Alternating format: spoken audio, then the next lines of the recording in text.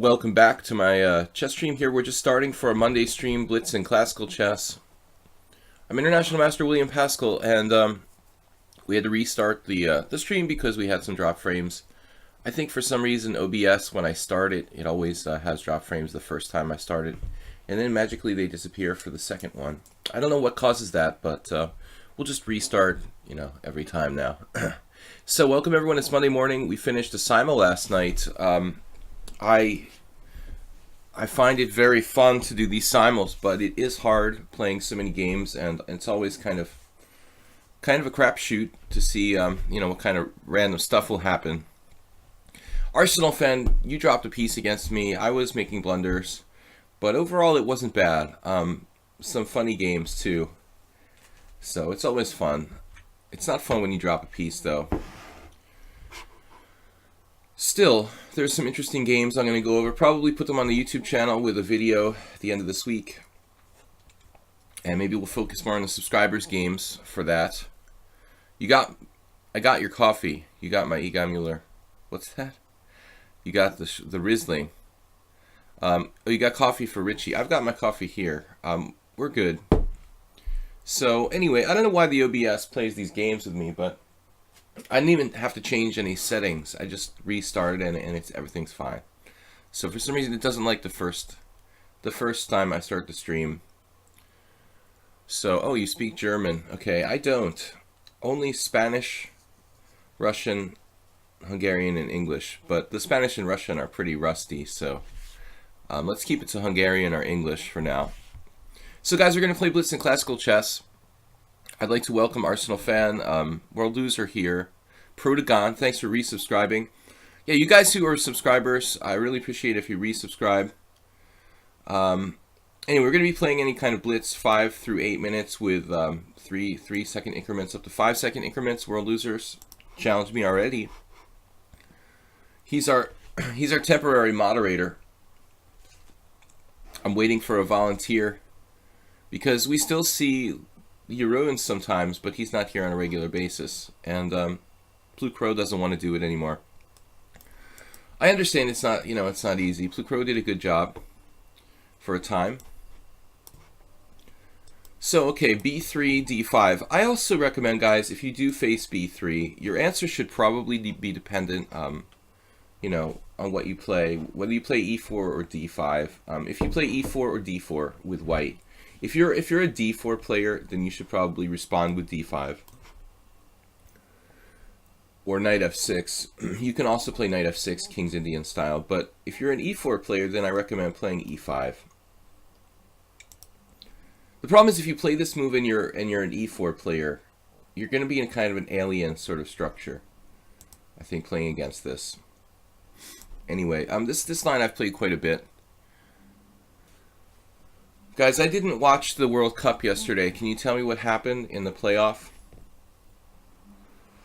H3. No, F3 bishop F5, H3 bishop H5.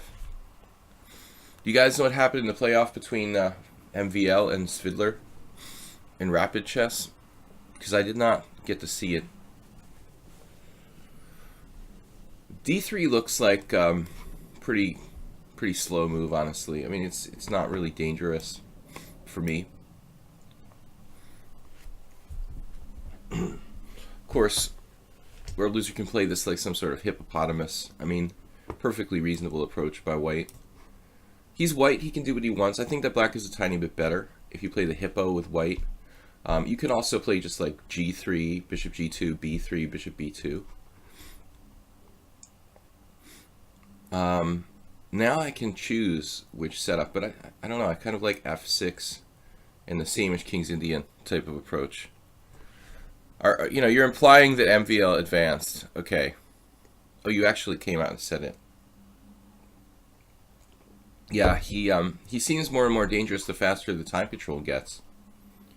I mean, as strong as Fiddler is, I would imagine he would be an underdog. I mean, Fiddler would be the underdog.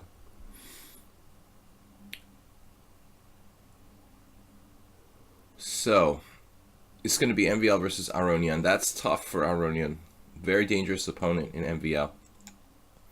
Aronian should try to end him in the slow time control. I mean, they're probably equally matched in the faster time control, but who knows? In Blitz, MVL might be a favorite. I don't know. You know, who's actually stronger? MVL is so strong in Blitz.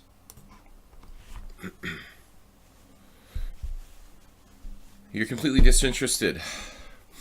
No, I mean, Aronian is my favorite of the whole bunch. But I can understand when your favorites get knocked out, not being interested anymore. I empathize. Sanalita. Okay, bishop g2. I think we're going to castle queenside at this point. Maybe I should play knight ge7, get this piece developed. That's first priority. It can pop out here to b6, not my favorite square. We'll probably wait and play like queen d7 and see what's going on. There's still a small chance to castle kingside. I guess if white changed, you know, his path and just castled kingside here, I would consider castling kingside as well. I forgot this is such a fast time control, 5+3. Keep it simple would be my advice at this time control. I'm sorry I'm a few minutes late getting started, guys. I honestly, I have some kind of crazy, I've talked about this, crazy allergies, and I was like sneezing for 5 minutes before the stream started. So got that out of the way, and we're moving on with life. Yeah, so he's not giving me any indication here of which way he's going to castle, but I think I can play h5 now. Quite interesting to play h5, h4. If he castles queenside, I castle queenside. Copycat style. William, can you play English or Scottish today? I usually play the English. It's one of my favorite openings. I don't often play the Scotch because it's a difficult opening. I mean, white kind of loses a little bit of time in playing d4, so I always feel like there's a risk that you fall behind in development when you play the Scotch. And I don't know the theory very well, but if I can remember to do so, I will try. Try to remind me, you know, if I do get the opportunity to play the Scotch, you guys try to remind me to do so. Now, I could play a5, a4.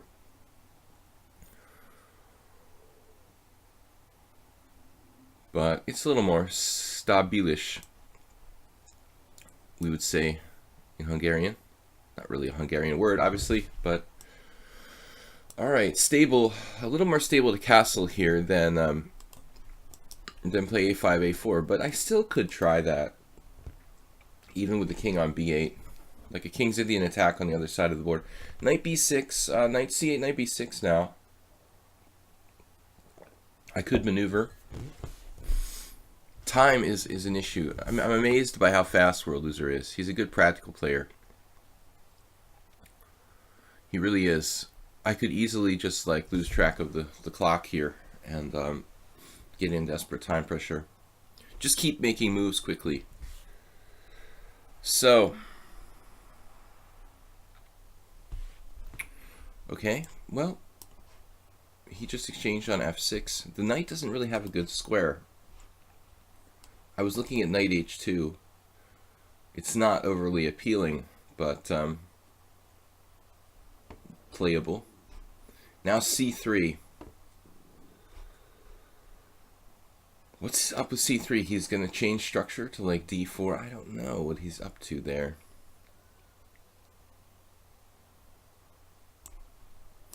Continue with the plan. Coordinating my pieces. It's always funny how the pieces, the like pieces, sort of coordinate together in many instances. Just when I thought he was going to play like d4, he played e4. c3 and e4. But that's sensible because now my knight is far away from going into f4.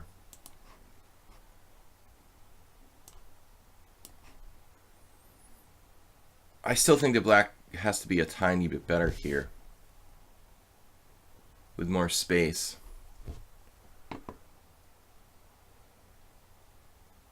Better mobility for black. Mobility scooter.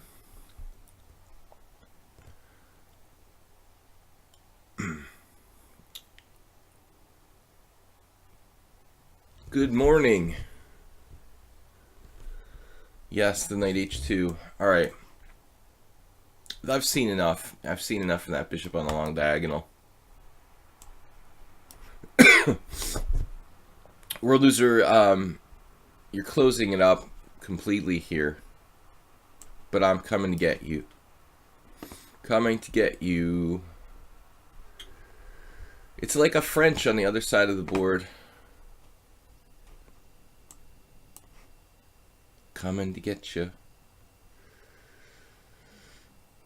We got all the pieces on the board, which favors the side with more space.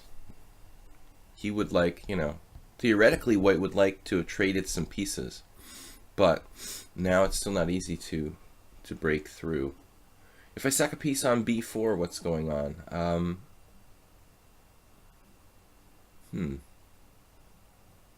Could be pretty interesting. But I don't know if it's enough.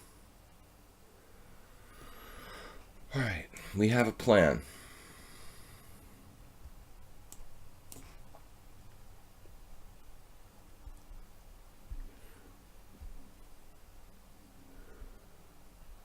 It's going to be hard to protect the a3 pawn at this point. Guys, if you'd like to challenge me something between 5 and 8 minutes with a small increment, the fastest is 5 plus 3, the longest is 8 plus 3. Hard to develop the king, connect the rooks. Now knight c3 check. Ouch.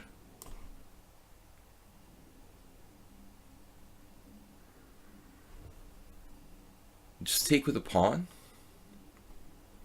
Then he has what? Nothing. I could take on a3 first. But I'm not sure it really matters. Unfortunately, the knight is pinned.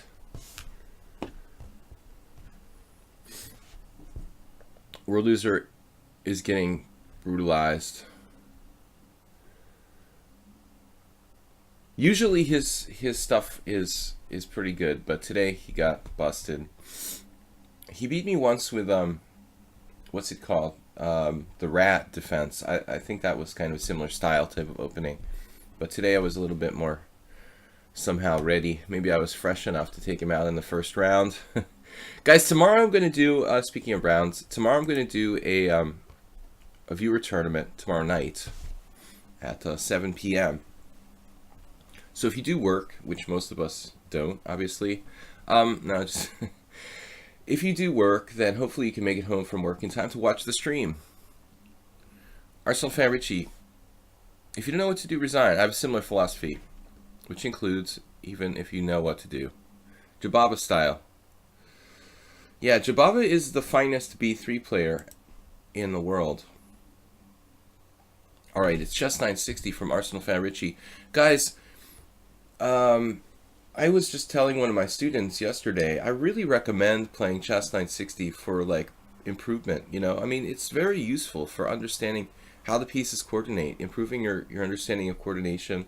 I think king safety is also something that directly benefits from Chess 960. I mean, I know everybody thinks that, oh, well, Chess 960, I play it, you know, because we like Bobby Fischer, we want to, you know, screw opening theory. But, I mean, okay, that's true. But I think that, actually, Chess 960, in my opinion, it's just a really valuable, like, training tool. I mean, the other chess variants may or may not have some value, but I really think this does. I mean, there's almost no question about it. I can't even really imagine like playing Chess 960 not having a positive effect on your game. I don't know how it could possibly have a negative effect. Whereas other chess variants, I don't know, kind of may warp the way you play chess. I would think that this game just has to have a positive effect. So anyway, everyone's challenging me to 5 plus 3. It's kind of a faster time control. I'm used to 8 plus 3. Photon Man. What's up, guys? Please subscribe to the stream. I'm also welcoming CK1886. Why am I watching this when it's 4:17 a.m. for me? Because you can't sleep? Yeah, I understand. I've had... What was jet lag has turned into insomnia for me. The villain formerly known as jet lag.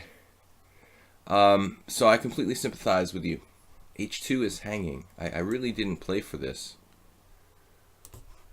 There is that small chance when you play chess 960 that you drop one of these pawns early on. I didn't even think about it. I mean, I was just simply trying to control the center, develop my bishop on b8, develop my queen. Which move can I make here?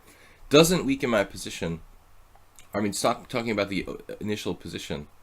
Which move can I play here that doesn't weaken my position and develops pieces? D5 would be a little provocative. You could play a kind of Scandinavian with the rook.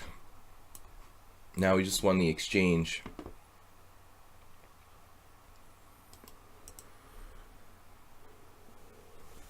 Getting these knights out, this is the worst knight in chess, the knight in the corner. I remember the one time I played Emery Tate in a tournament game, although I knew him for years, we never got paired with each other except for one time. And he's like he was a cult chess player. He was one of the strongest African-American chess players in the United States. But Emery was a very charismatic fellow and widely liked. Or maybe hated in some circles. I don't know. He's coming after my g5, knight h7 mate. That's unusual. I want to guard against that possibility.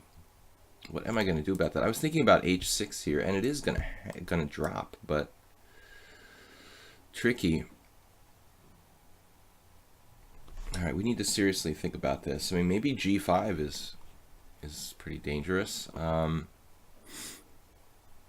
Compensation. Can we talk about compensation for white? Anyway, Emery Tate was the only person who ever got excited because he maneuvered a knight through a corner square against me. He was playing like a Benoni or King's Indian, and at one point in the middle game he played like knight back to a8, and he was like really stoked about moving his knight to a8. After the game he's like, knight a8,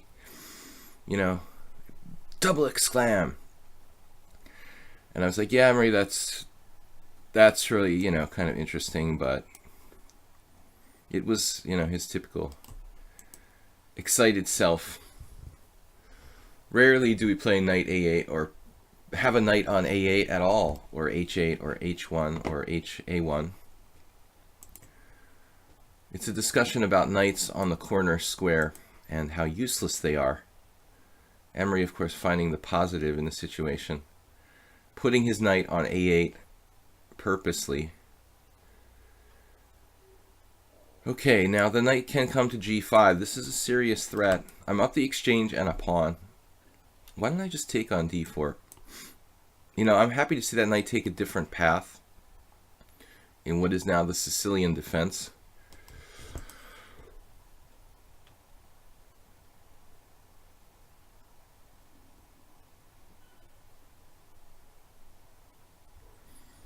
Rich, I'm always talking about your time usage, but I won't say you're playing too fast. I mean, it's a 5-minute time control. You use your time as you wish. You do need to consider the fact that there is an increment, which a lot of people, I think, don't really pay close attention to. That means that there is no such thing as sudden death. So I think when there's no increment, time is more valuable. But when there is an increment, we have to make sure that we consider the position on the board at all times more important than the clock. Anyway, that's just practical stuff that I believe. I don't know about this move e6. It is kind of weakening, but I don't want the knight coming to f5. What did you guys eat for breakfast?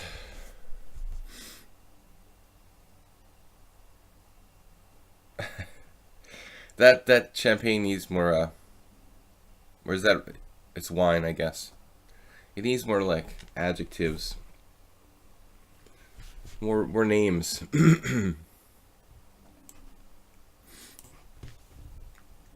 He has a little bit of compensation of some sort, but I guess it's, in the cold hard light of the computer engine, probably white doesn't have enough. He's got the 3 minutes to 1 minute going on. But bad bishops for everybody. Mine has a hope to get out with like b6. He's going to have to play b3, c4, which makes sense as well. Can't say I've ever been excited to put a knight in the corner square.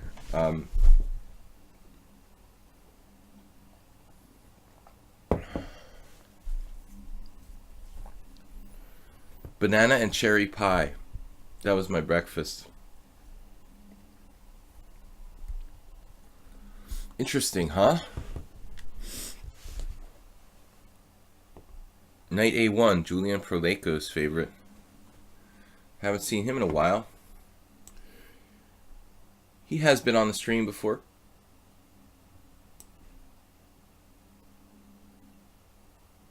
Reached master level in US rating.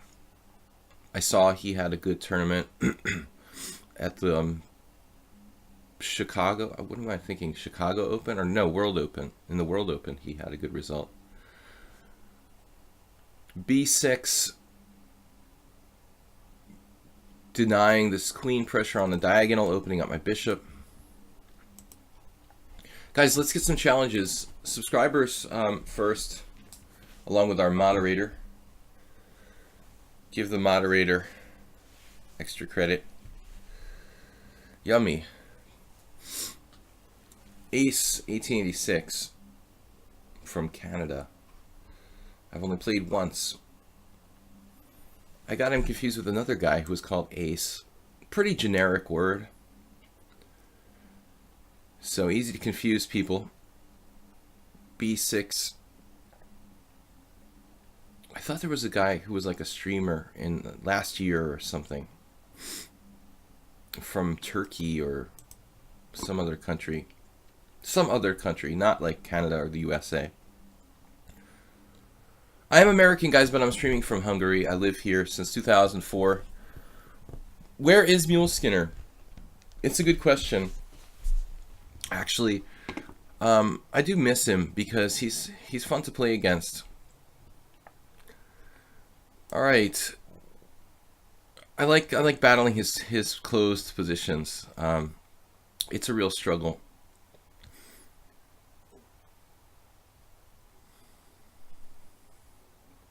I'm hesitating here for a reason. I have e5 though. I mean, if f4 e5 seems to sort of take out most of the sting of his f4 f5 threat.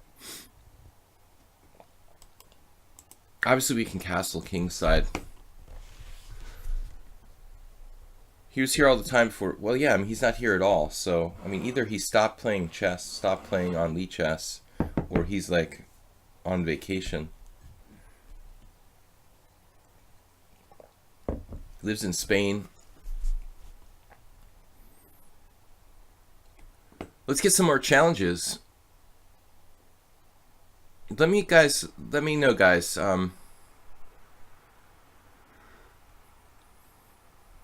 If you want to play, just challenge me to 5+3 through 8+3. Tomorrow I'm going to do a viewer tournament in the evening. Now Rich went crazy with e5.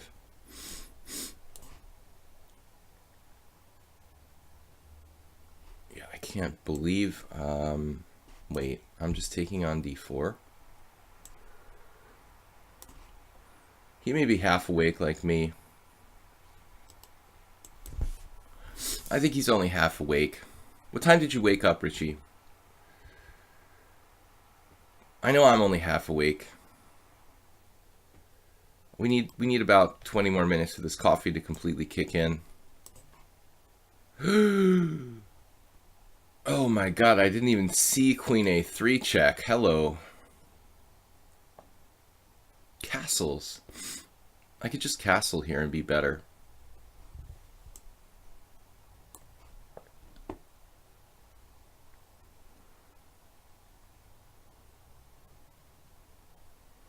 His bishop is not too happy.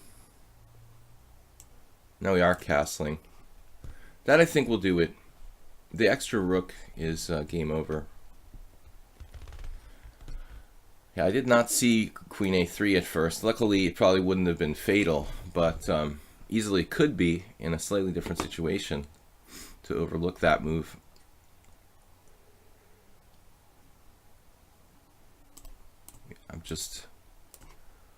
I should probably play rook on the 7th here, but this is a good general centralizing move. All right, Rich, you did drop a blunder like right in the beginning of the game, so he put himself behind the 8-ball, so to speak, right away. Ace. Any other subscribers want to play while we're at it? It's obviously early. We don't have too many subscribers on the stream. King Wiki, welcome. Please subscribe to the stream, guys. Excellent for black, plus 1.5. All right, we'll go ahead and take this challenge. Everyone's welcome to play, not just subscribers today. On Thursday, I have my subscriber stream. All right, 5 plus 5, a little bit more time, but it still feels like a fast time control. Who was asking me to play the Scottish, or Scotch? We call it Scotch in English. I think in a lot of foreign languages, the translation is tricky. Like here in Hungary, they call it Scot. Scot.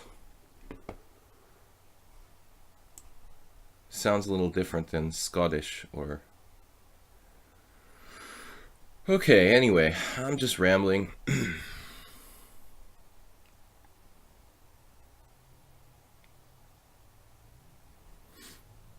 Just for something different, I'm going to play the exchange variation, just because I was looking at this from black's perspective the other day, and I think it might be fun to try it with white a little bit.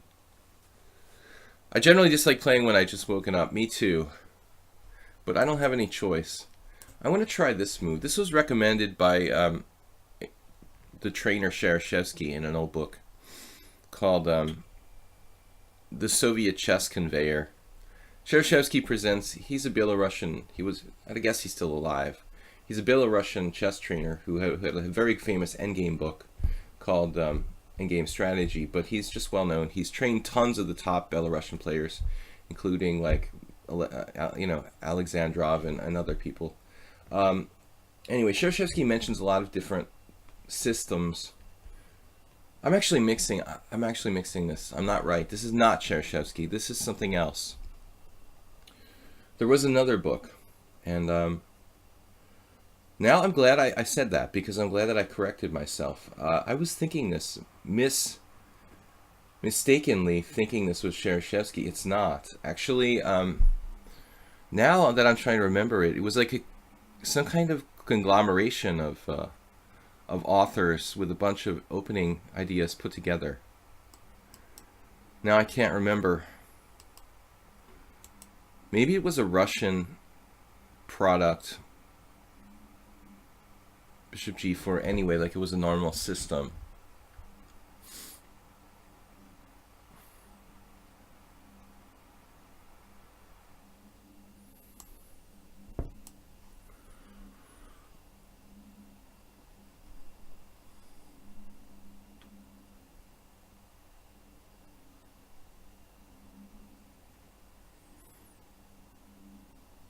Yeah, I was wrong.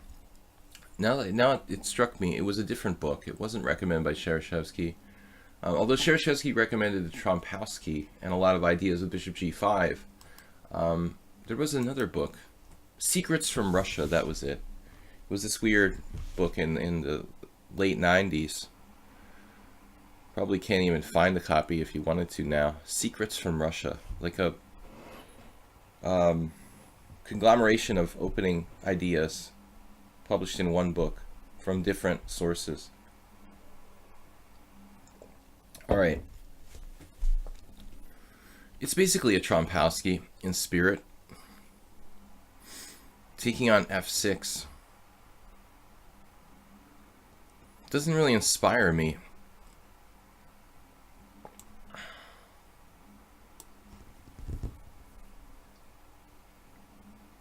I really like this move.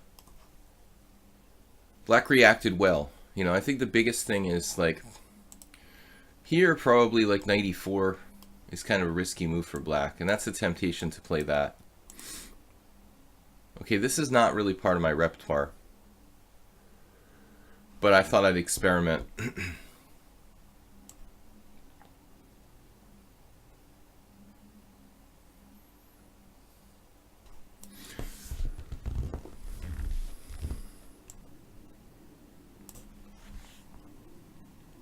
Vitamin K, world loser.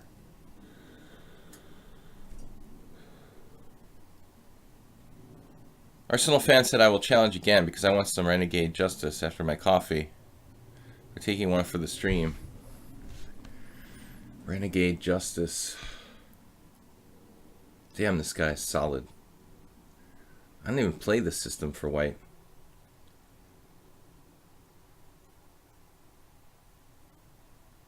Queen d7 is just a great move.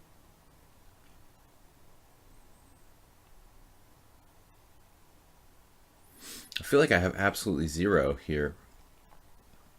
I'm usually the one taking doubled pawns on f6 and f7 and liking it. It's still so strange to be on the other side of the coin.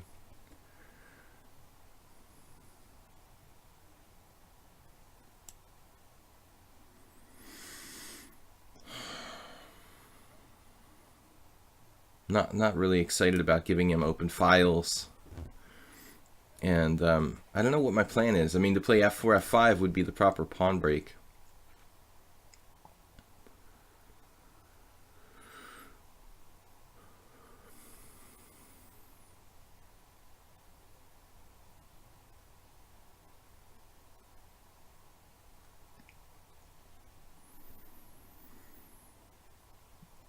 I just have nothing here. Queen d7 will probably be like the main line when we look it up. It just looks so correct. It's not the ideal square for the queen, but there's nothing I can do with that piece.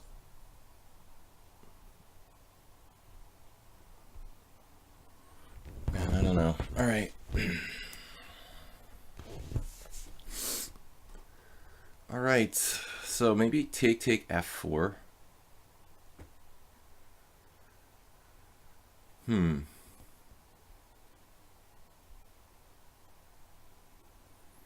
If I take on play f4, I'm definitely taking. He's got a little bit of play along the h file here. Then the bishop d6.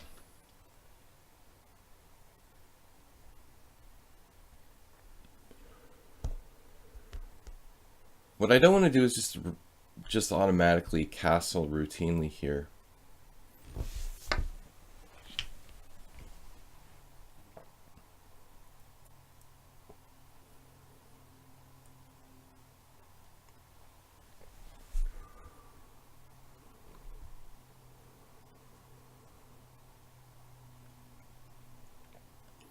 Bad bishop for me.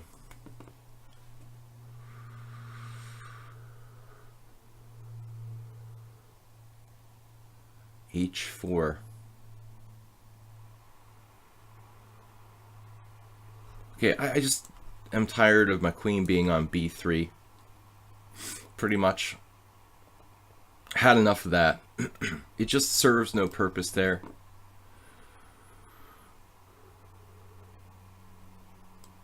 I don't think I could take it anymore.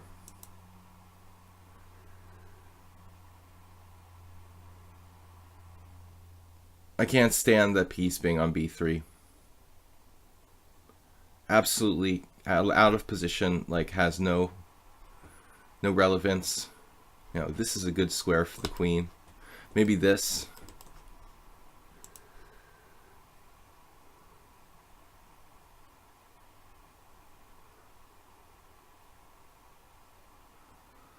I'm stopping knight g4, getting some control of the white squares in the position, trying to kind of centralize, refocus myself. I mean, the only thing the queen does, obviously it ties him down to b7, but, and so what, you know, big deal. It also is prone to get hit by knight a5, it stops his b5, sort of. Okay, now he moved his queen, attacking my h2 pawn. Fine.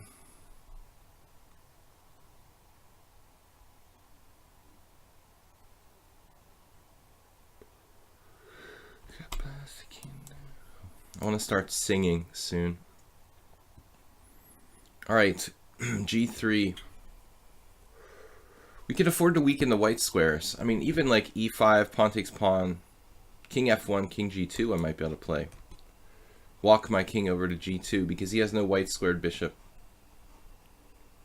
And this guy's pretty solid. I don't remember the first game. It was simul. And I'm not sure if I was white or black. I guess I was black there. It's funny to look at it from white's perspective. Tactical wizard. Bishop h4 is always awkward, of course. I mean, you know, you're kind of asking to get your bishop trapped. I don't know if you're talking about this situation or when. It's hard to know, you know, which position he was talking about with that. Trying to slow down b5, obviously. I could put my queen on e2 as well. It's basically an exchange queen's gambit. I just suddenly got 2 messages, probably from one of my students. But if you guys want to contact me while I'm playing, while I'm streaming, send me a message on the Twitch stream. Not in this situation, no, not after g3.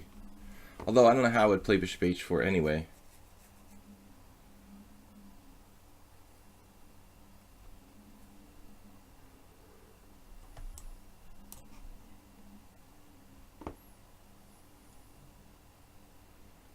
So I just didn't like the queen out there on b3. I mean, this is the square where it's probably best placed in this kind of structure, looking to both sides of the board. Rook b8.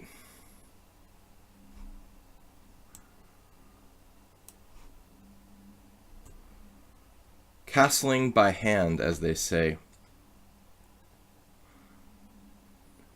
My king isn't necessarily safe. Why didn't I just castle there, actually? Well, I'm kind of waiting for him to castle before I castle. I mean, bishop f4, it just exchanges bishops. I don't think it really does anything. For me, I mean, it's okay to exchange bishops, but I have a bishop pair. I'm not really in a hurry to trade them off.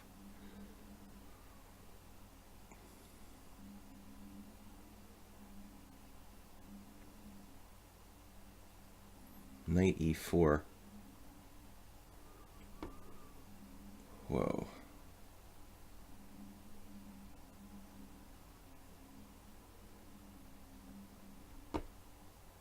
Sorry? So if I take on e7, he takes on d2.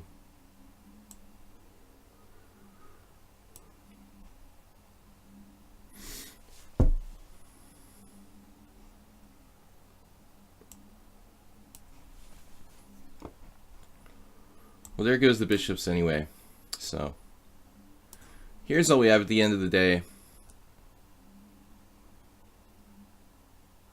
His king's still in the center. That's good.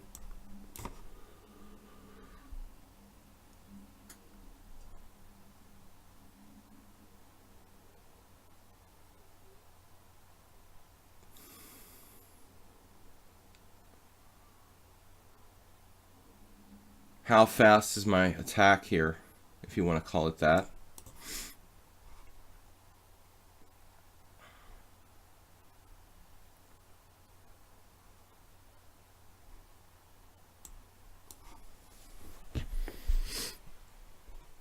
We had this break.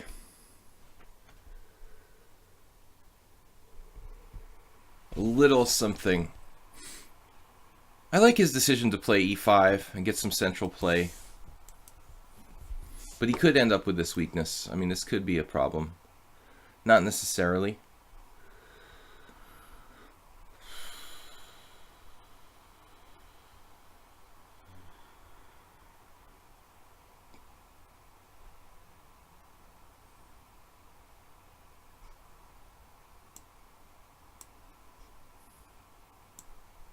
I don't know, just running out of time.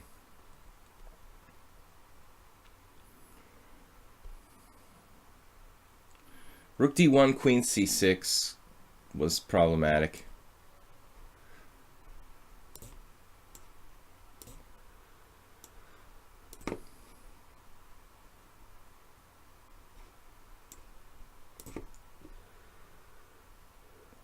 This is probably equal.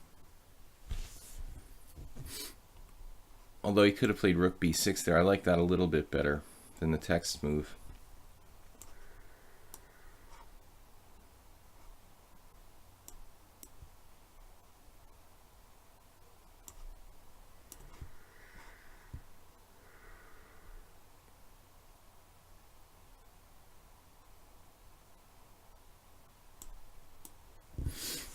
We have some kind of infinitesimal advantage here.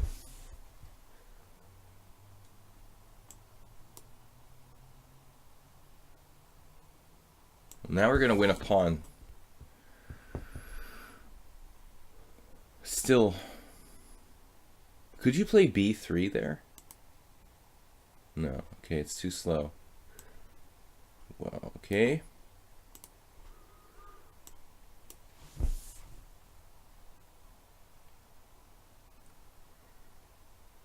Theoretical draw, I guess. But still, there's some potential to win. Black has to play correctly.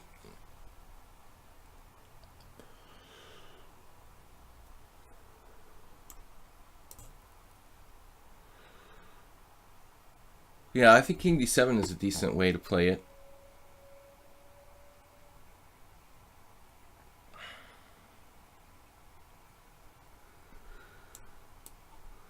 I guess this is a draw.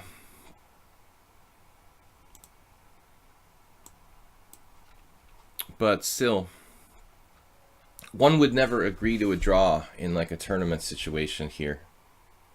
It's safe to assume.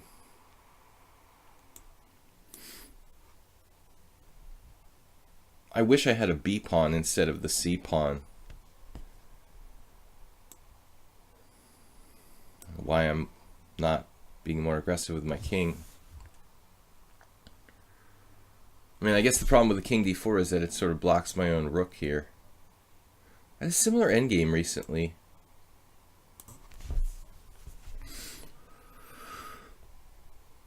My rook just tied down to f2. I'm not sure that's a good thing. Yeah, almost the same exact endgame like last week in my simul that ended in a draw.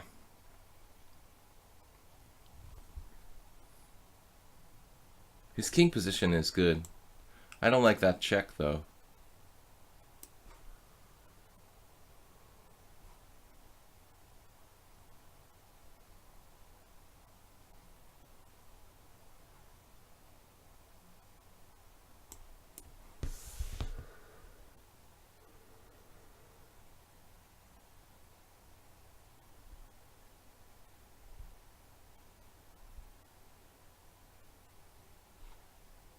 So I'm gonna like drop my rook here.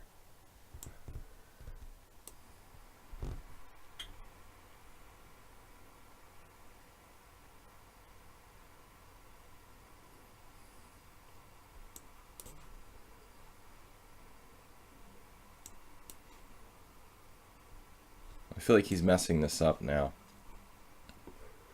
Oh, his rook's hanging. That's a safe assumption, yeah. Anyways, it should be a draw. I just want to see, we can't get to a table base here, I guess. Too many pawns on the board. Yeah, this should be a draw. I mean, king e5 is actually a good move there. Rook a4 is a bad move. I mean, checking, you want to stay at a distance. I like king e5. I really shouldn't be able to win this position. Alright, time plays a role. Photon Man, Arsenal fan, Chess, Armageddon, Morales. Zen Chess will play first since he's a subscriber, and Teddy Kish is the last one there. Zen Chess, still a subscriber. Yes, awesome. Does lichess have endgame table base support? It does have the 6-piece table bases. I don't know if it has all available table bases. But I mean, I think there's no table base. There's too many pieces on the board for that ending. I don't know if it exists. The Opening Explorer includes table bases. Table-based is, if you don't know what that is, it's like the entire endgames have been worked out by computers and then, you know, programmed into a database. It's like an endgame database of known positions that have been physically worked out to the end by force, by brute force computing. That endgame, I mean, I would imagine it could be. You were more fun when you played the Sicilian. It's always Caro-Kann. Oh, I forgot we played the Caro-Kann last time. I do play the Sicilian, but I mean, we've got to actually. I think I'm more fun now that I play more than one thing. But no, Zen Chess. I looked at that game we played in this line, and I mean, we both made some mistakes. I think that G6 is probably more common, right? I played E5 right away against Zen Chess last time, and after knight F3, queen C7, you've got all these D4 ideas, man. I mean, I think you missed some chances to play D4 in that move order I played last time. So, yeah, I'm forcing myself to play the Caro-Kann. I don't have very good results with this opening, and I never have, but I think it's important not to become, you know, too robotic. If we just play the same opening all the time, I don't think it's good. But I also play E4, E5 sometimes, and the modern defense, and the Alekhine's defense, and so I do experiment with different stuff. But the Caro-Kann, I was really all my career have been more or less like trying to play it sometimes. Okay, now F4 is, wow, not a move I've ever really seen in this position. It looks pretty wild. Playable though. The Grand Prix attack against the Caro-Kann. It's like a King's Indian attack. I'm with F4. That's something new to look up.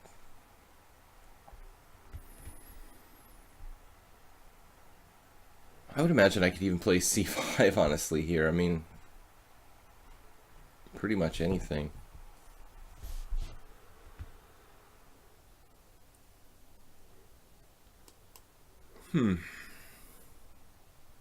Still half asleep. We had a simul last night. You know what was really fun? If you played the Halloween Gambit against me. Isn't E5 good against F4? StarCraft Gecko. E5, yes. I wish that's the way. Yes, no, the Fromm's Gambit is good. Perfectly sound for black. F4, E5. I was actually thinking about it here, but this is not the same. He can take. I don't know what to do. I don't know what to do. You know, we just make like one robotic move with bishop G7. Then what's the plan? You know, that's what we've got to wonder here. What is my plan beyond this move? I'm not even sure this is always a good move here.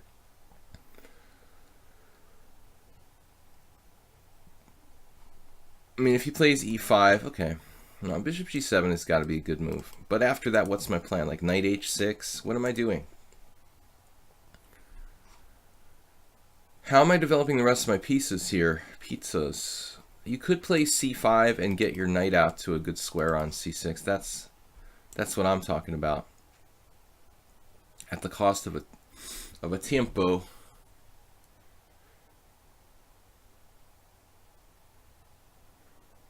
course, if he takes on D5, I could play knight F6, play it like a scando.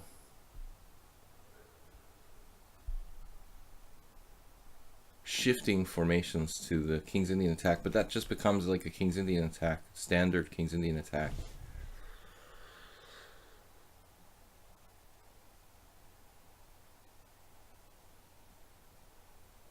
You can always say to yourself, like, what are my candidate moves here? Knight F6, knight H6. I'm running out of ideas after, and beyond that, C5 is a weird move to move that pawn again. And what else? Queen B6. Queen B6.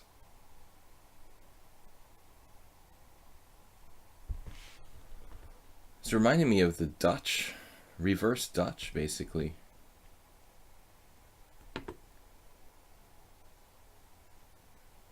If I play knight f6, he has e5, which is kind of irritating. That's why I want to play knight h6.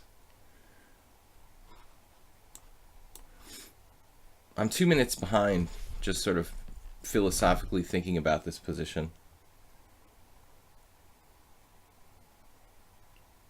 It does remind me of the bird's opening now that you mention it. It looks like white played the bird's opening. f4, d5. f4, d5, d3 or something like that.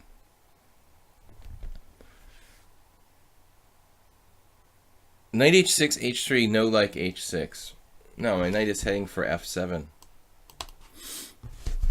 It's the rat, man. Ask world loser. Knight like f7. Knight in center of board. Relatively in center of board. Now white have problem. White face knight g4. White no stop invasion.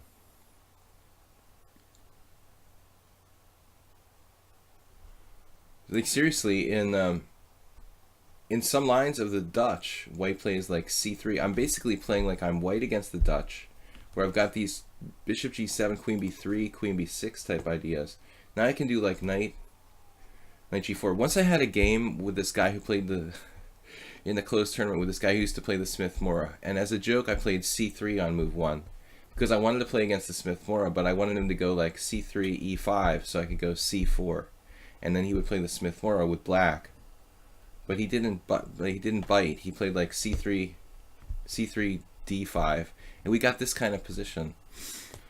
Knight g4. Where are we going after that? Knight f1, queen b6. Hello.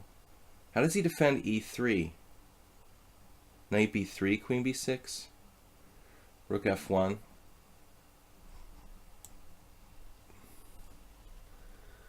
Threatening to checkmate the queen.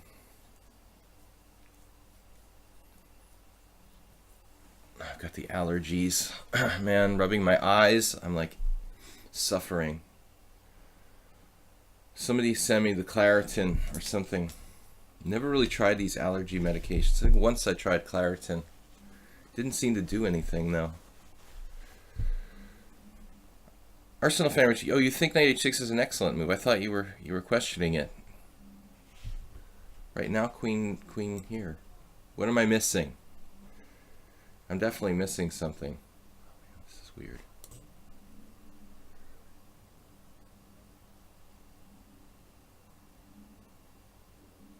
Well, boys and girls, I think this isn't bad for me. You actually have knight d4 here. I mean, can that really be a good move? I didn't see an overt refutation of that. I mean, it might be your best move.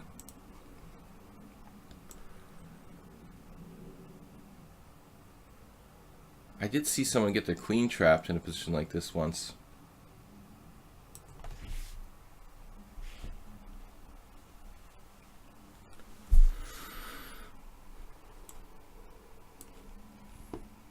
Now he's got dark square weaknesses, hanging pawns. Just don't want to see like my queen getting trapped with like d4 or something. That's not going to happen, is it? He needs the rook to trap it, I guess, here. His knights are far away. I mean, it's actually, look at the way that my queen is dominating these knights. They take at least 2 moves to attack my queen. Meanwhile, we've got an escape hatch here. Also, we're attacking f4, come to think of it.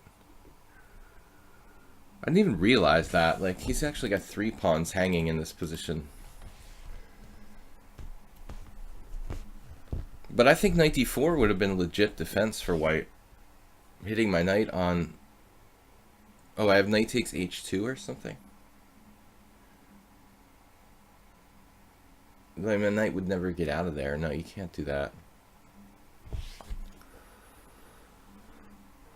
No, knight d4, c5, bishop takes g4. That's the entire point. My knight is hanging on g4 after knight d4. It's just an exchange. I mean, like it's just an exchange of pieces. You're trading a d4 knight for a g4 knight. You're uncovering on the knight on g4. It's pretty weird though. I mean, it wouldn't be surprised if I missed something. I wouldn't be surprised if I missed something there. I'm still half asleep. I'm like 30% asleep now. So, we are winning a pawn. How much play does he have for this said pawn? Bishop takes b2, rook b1. Bishop somewhere. I mean, I don't want to take on e4 and liberate his e2 bishop, right? I want this piece to stay confined. In any way, it would be bad to exchange my strong point. Unless I had something on the d file with the openness of his king. Maybe. Maybe. There's another drawback to my approach here. Man, terrible allergy. The other drawback, maybe I should have exchanged on e4. It's still not too late. Take on e4, take on b2, take on f3, and up a pawn. No development. The other drawback was, what? His knight coming to b5 or something?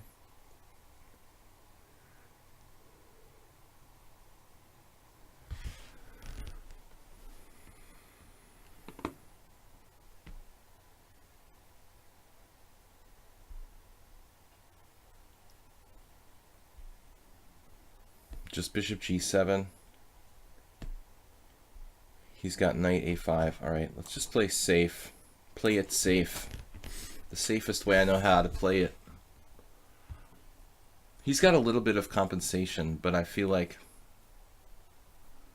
it shouldn't really be quite enough. Even if I lost my pawn back, he should have some kind of long-term, like structural or bishop versus knight kind of long-term disadvantage. Theoretically, my advantage is more than just up a pawn. He has a structural problem here, and I have bishops, so I don't know, typical King's Indian attack though. I mean, the bishops aren't real open, but they have long-term potential.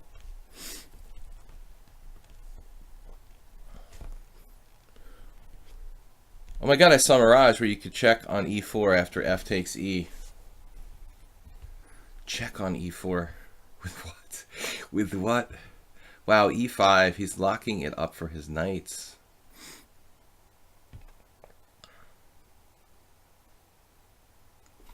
The white doesn't have any threats. Just a closed position where he's down a pawn.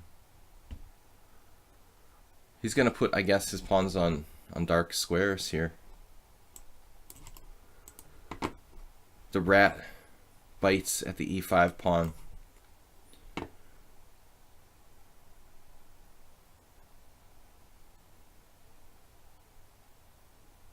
We're a loser. Wow, we have bishop h6. Hello. The king could really pay a high price. I don't know if this is good or not, but it probably isn't bad. I'm not exactly developing my pieces with that move, but now the question on the queen side, should I play b6 or knight d7? b6 somehow feels better. I also have, yeah, b6, bishop f5, bishop e4 maybe. Knight d7, I'll have to wait on that. Maybe I can go knight a6, knight c7 instead. I like knight d7 that it puts pressure on e5, but I'm not sure. Am I doing anything here? Oh, he can't play g3 without loosening his h3 pawn. That may not be so bad. He can play g3.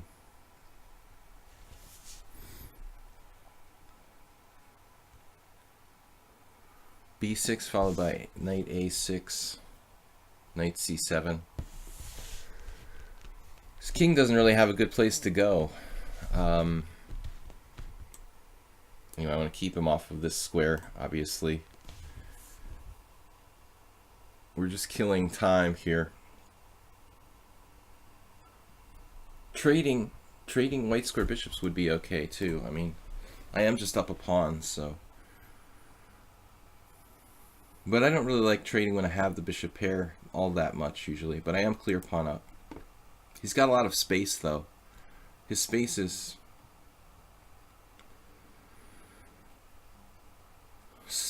the place.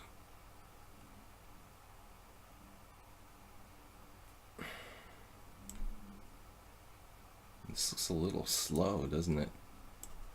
You know what? Screw the bishop pair. I'm not liking it if he's playing c4 and starting to come and really challenge my pawn chain and stuff.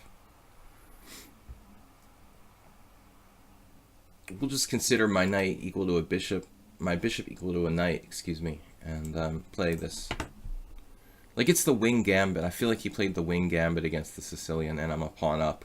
But he's got a little bit of space to compensate. That's exactly what we're looking at here. The wing gambit.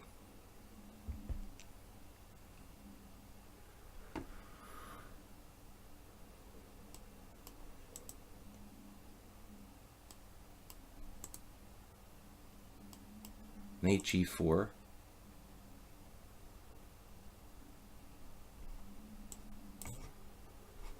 Fine by me.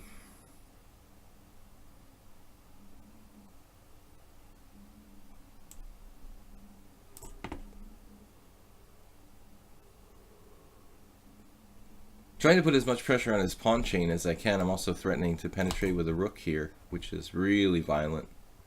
Oh man. There's no easy way in.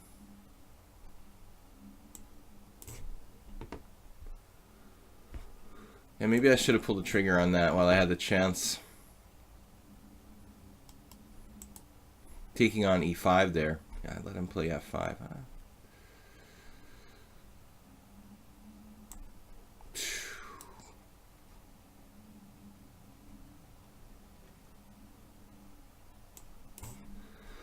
I don't know about this business on the king side here.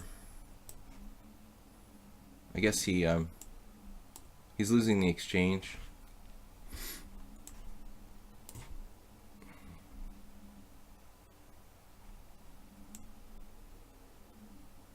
Structurally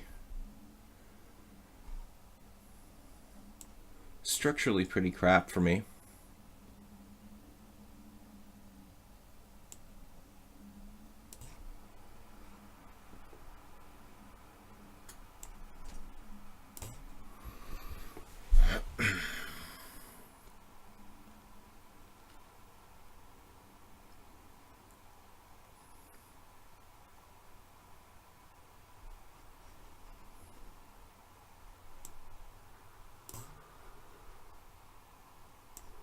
Now his guy was defended. We need to defend our guy. And then I don't really like locking it up more. Okay, as long as I can exchange rooks, we're in pretty good shape. I guess he should have avoided the exchange of rooks somehow. It's difficult to do that objectively. Weird opening. I mean, is this actually an idea, f4? Yeah. So Tivyakov played it. Okay, that's one game. I mean, it's not a typical move. 20 games. Saxjula played it against Laszlo. Eperieshi was 2,477.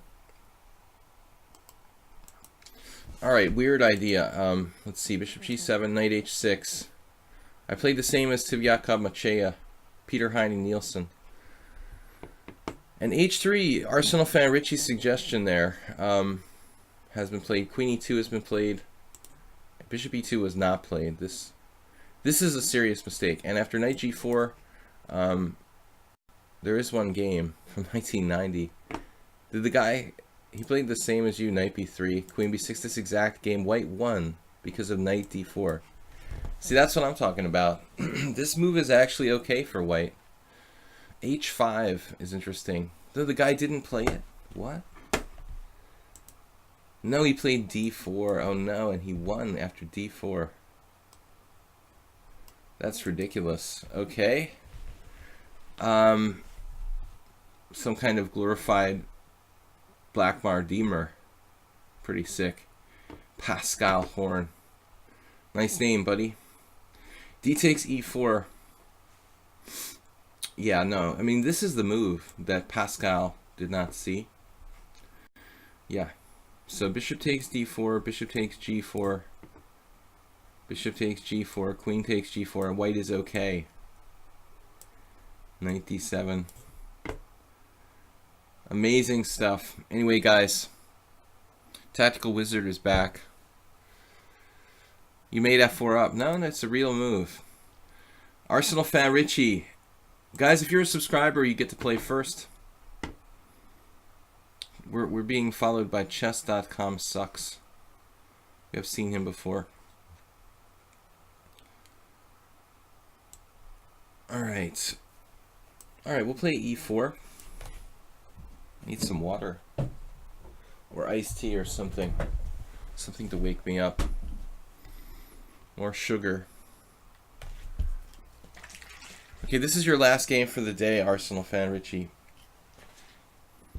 Subscription has its privileges. I played a Queen E2 the other day. I mean, it's not really good for white to play Queen E2, but it's fun.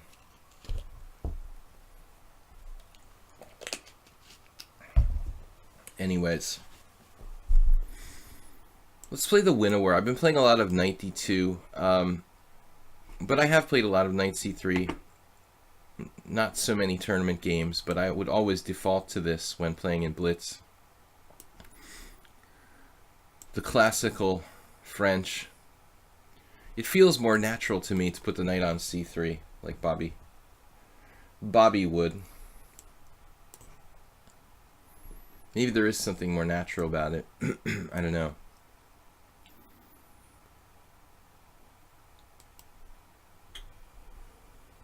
Last year, or in the springtime, I never play on ICC almost, but I had some random game with Varouge and Akobian where we played like a 15-minute game. I got an absolutely fantastic position and then lost. I have had good results against the classical.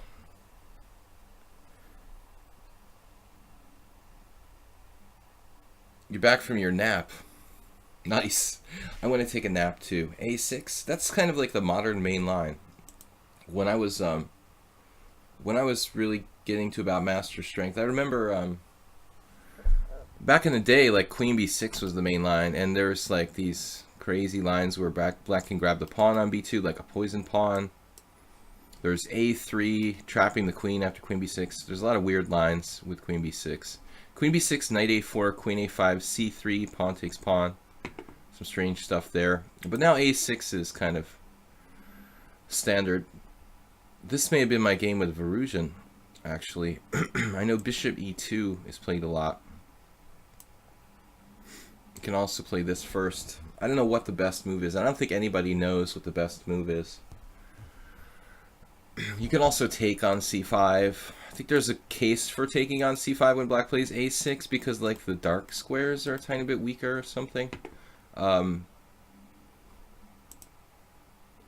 lot of people are uncomfortable letting black roll with these pawns, but I mean, in my view, it's kind of like a King's Indian or something. I mean, I like having the knight dropping back, you know, to D1.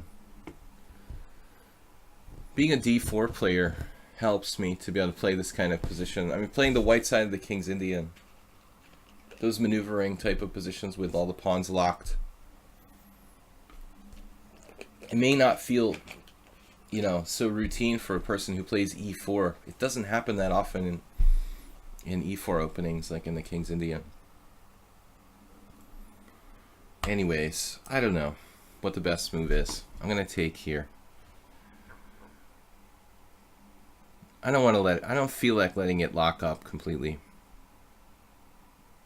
But we are letting him capture one way or another, you know, without making him waste the tempo on moving his bishop.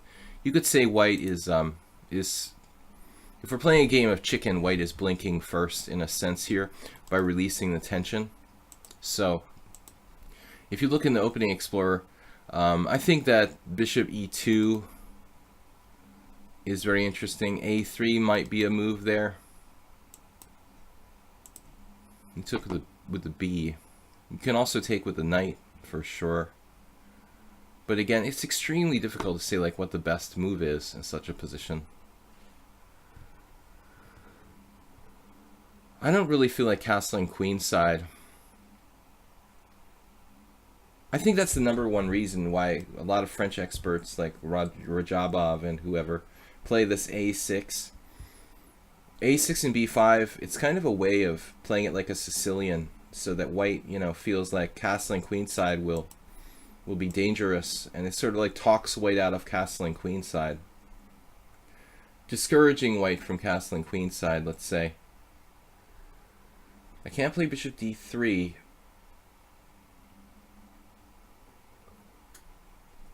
But I can take and play bishop d3, complete my development on the king's side.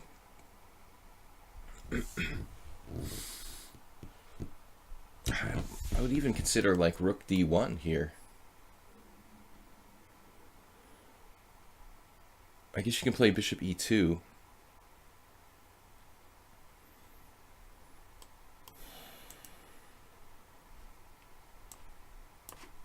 I'm just going to play with a sense of intuition here.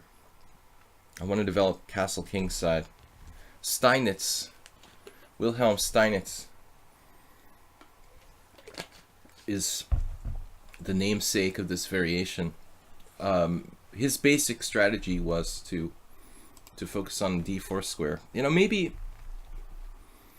you would say this is strange for me to play bishop d3, but I'm kind of giving up on d4 temporarily. But I do like to have two knights versus bad bishop and knight. Another Steinitzian sort of strategy, like take. This knight maneuvers back here. We control the d4 square. He has a bad bishop in the endgame. I don't mind trading my good bishop for a knight.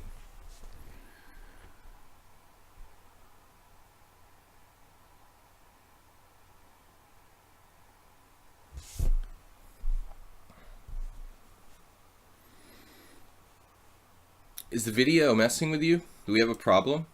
No drop frames. I would just refresh it if you have any issues here. It looks like our volume is good. We don't have any drop frames. Look at the opponent's clock. Everything looks fine. Queen b6 looks like a good move. He's actually preventing me from castling. So queen f2.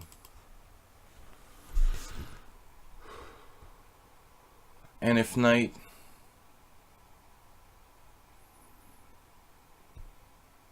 b4, rook d1.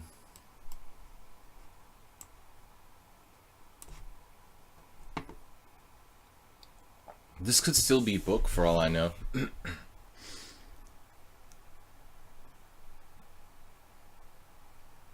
There is something strange about putting my queen on f2. What did I just play? I could have played queen e3, but it's unprotected on that square.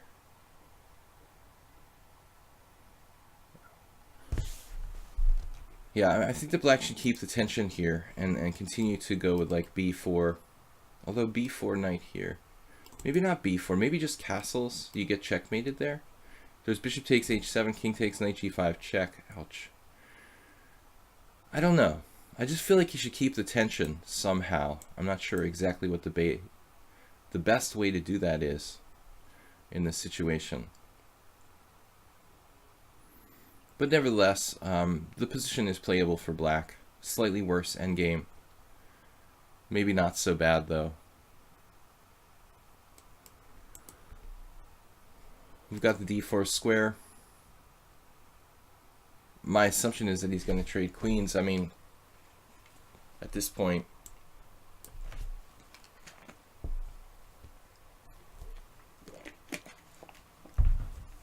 it just looks like a classic endgame where we're better. The d4, there's an increment.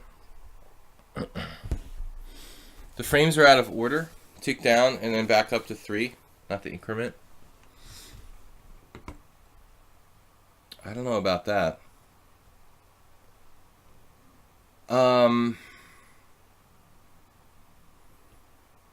Interesting move, man. Bishop e7. I mean, he's looking at this long diagonal.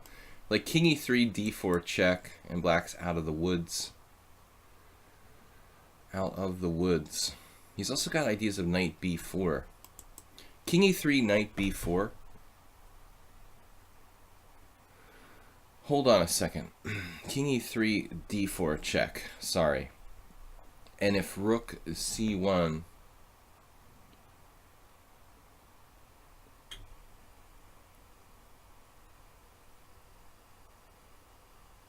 I mean, I guess I could play d4 if I wanted to.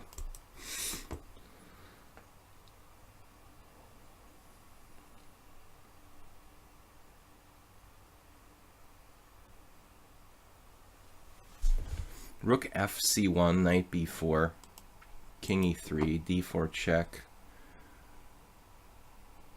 Knight takes d4, bishop takes g2. But then I'm like all over the center.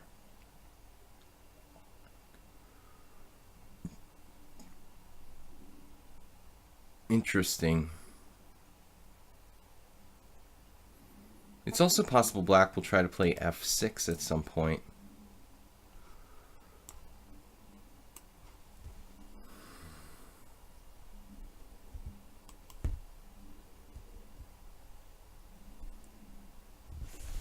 All right.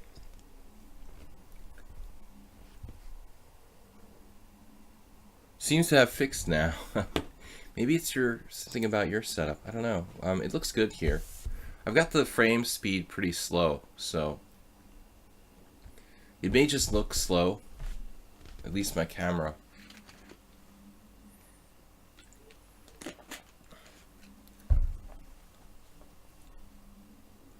There's about a 5-second delay. Alright, now I was about to play king e3, but maybe I should seriously consider a different plan. Knight there. Knight there.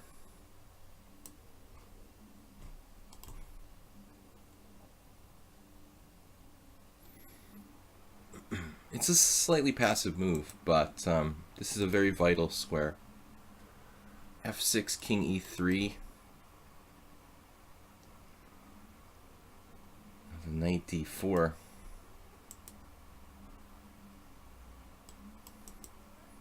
If I play a3, I weaken the b3 square, but that may not be so significant. a3.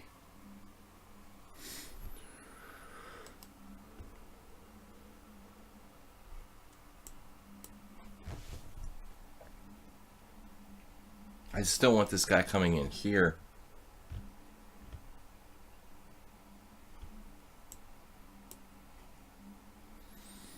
Rich, I think you must be a very good blitz player.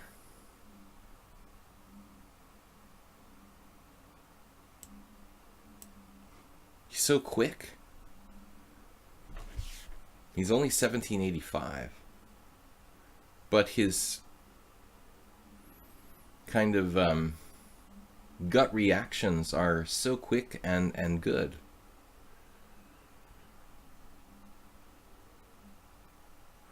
I guess he could sack the exchange. I don't think there's enough there. Like rook takes f3.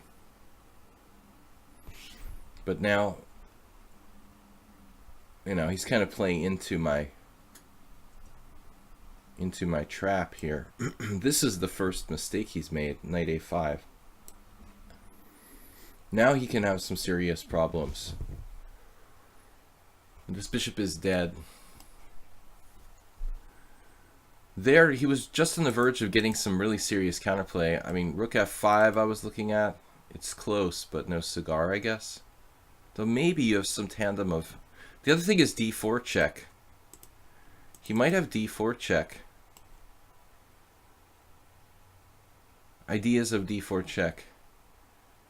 And taking on g2 or whatnot. Why not? He's got to do something dynamic, though. Knight a5 is no good. Now he's in terrible danger, just losing this pawn on e6. Meanwhile, his knight is offside.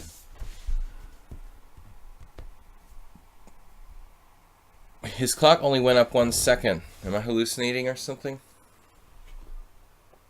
I have knight g5 check and take on e6.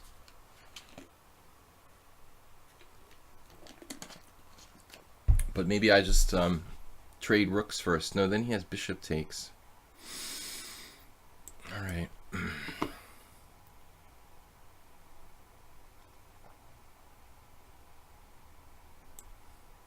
He has like nowhere to go.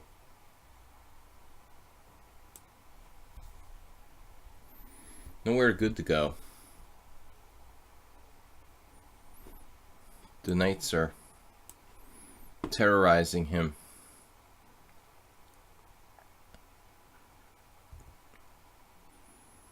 Kind of a classic.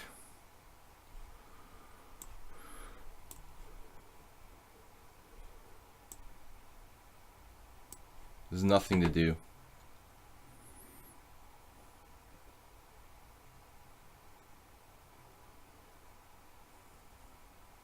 I mean, I think he's totally in the game until knight a5, and then it's like from equal or almost equal to basically possibly just lost. I mean, strategically in one move. I think he had d4. That's my instinct there. Just seal him off.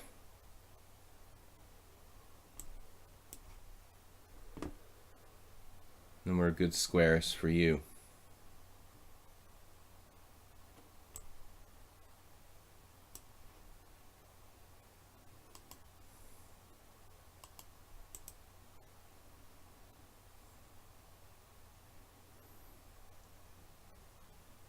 Two pawns up, it's impossible for black to defend this.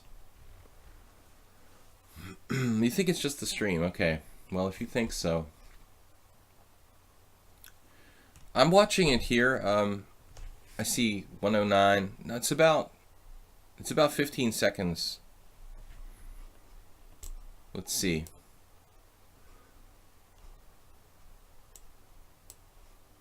$56, $55, $54. Actually, that's right on time. It's not even a delay. I mean, the stream is actually literally right up to date. 52. Oh, that's weird. He bounced up to 56. Uh-huh.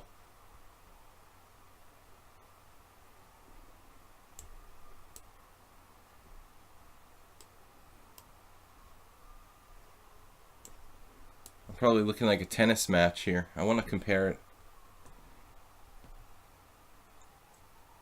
Who knows?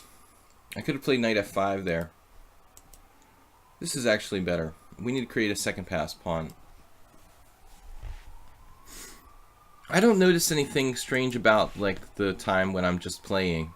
Maybe it is something with the stream. Beyond our control. So let's see here. Theoretically, yeah, see, a6 never was traditionally the main line, but it is now. The engine still says that queen b6 is the best move for black. Now bishop e2 or queen d2. I played queen d2. b5, main line. Now a3, d takes c5, bishop e2, bishop d3, knight d1, g3, queen f2. Computer doesn't like this move, taking on c5. I think I played bishop e2 against Varusian. But This is definitely a line. Karyakin versus Magnus. Karyakin Topalov and Leko Ivanchuk.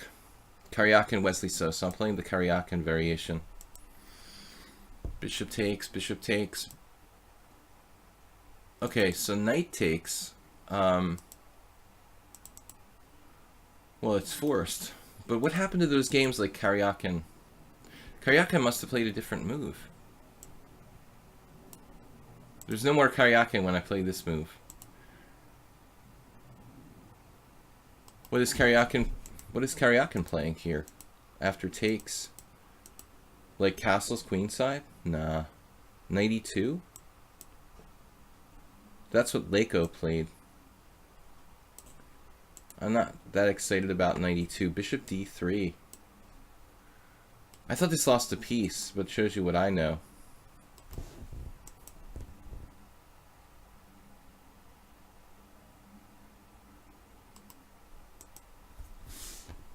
There's some kind of trick here. If d4, knight takes d4, knight takes d4, knight e4. So Karyakin plays bishop d3. This is Karyakin Carlsen. Good to know. I'm playing like old school style. Not surprising. Queen f2 is possible. Timon Ivanchuk. See, this is like my generation. Nun Korchnoi, 1988. I thought b4 was interesting. That's the best move according to the engine. Queen b6 is still following main line. Or this main line anyway. Queen f2. Yeah, but I don't like knight takes d3, Richie. You've got to keep the tension here. What would Bareyev do? b4. b4, a5. Try to get the bishop outside the pawn chain. Like b4, knight e2, a5. And you're coming out here. I mean, this is the idea. No bad pieces. I got 0, 0, 0. All zeros. Come on. Perfect game. Stockfish 8. 14 cent pawn loss. Despite my crappy old school 20-year-old variation. 30-year-old variation. All zeros. 13. I'm a computer. Not really any tactics in the game. That will happen. If there were any tactics, I would have messed it up. This is some random games. Only Joe Gallagher. The only real player in that list. So,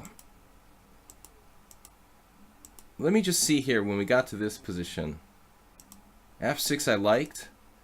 White is a tiny bit better. There's an interesting move, g5, Rich. Very dynamic. Wow. You gotta like that move. That is seriously spicy move for black. g5. Not enjoying that moment too much. But he played f takes e, which is not so bad, is it? I thought rook f5 here. Maybe d4 check. Just loses a pawn. So Rich, you had g5. That was your only chance to break out. E takes f6 check. G takes f4. Knight takes f4. d4. Whoa.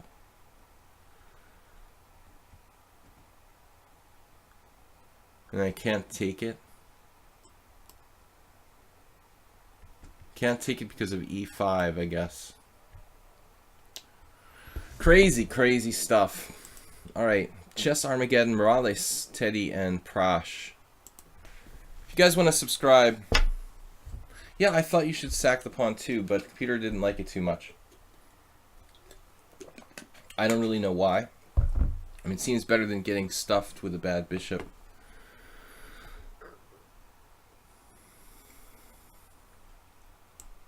All right, we'll play our requisite Sicilian for the day.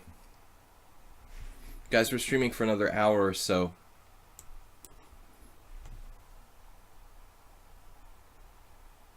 Old generation playing the computer lines.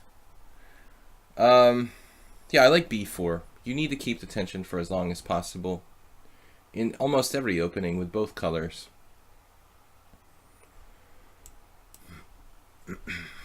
Rather than go in the Marazzi.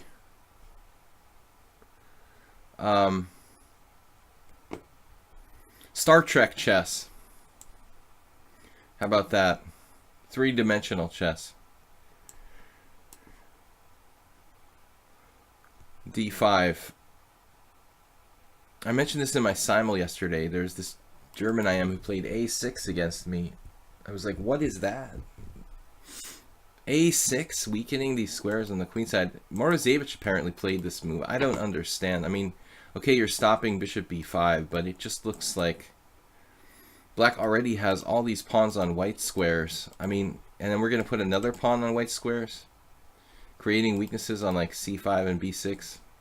Sorry, I can't bring myself to play that. I had a game with white against Jakob Attila where I think he played knight h6 against me. Again, with the rat idea, I think that's perfectly okay for black. I actually like knight h6. But this a6 move I couldn't get over. It's a real move. a6, h3, knight c6, knight c3, and then the guy played... What did he play? I can't remember. Maybe knight h6 at the end. Maybe f6, that was it. Something weird. Okay, I know.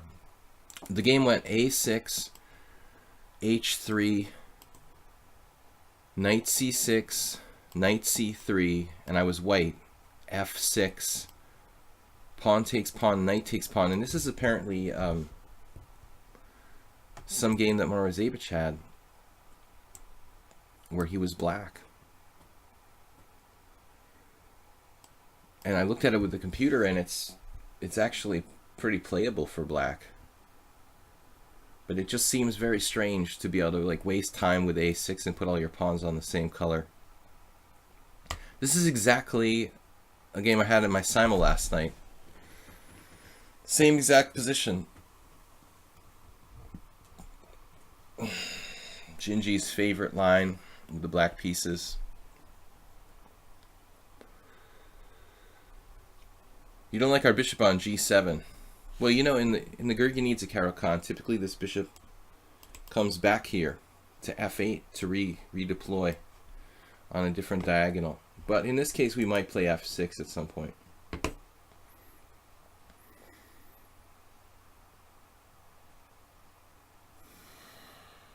It's not sure. Maybe I should play bishop takes f3 unprovoked.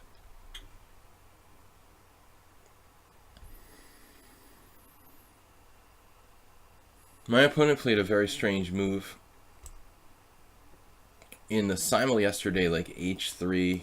It's always a bad idea.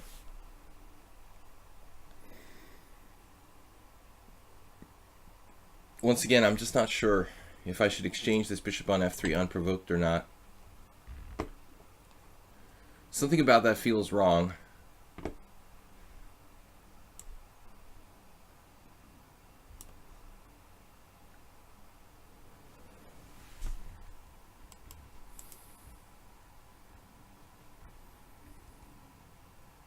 World loser,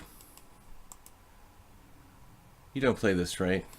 Somebody else was playing this line with black on the stream recently.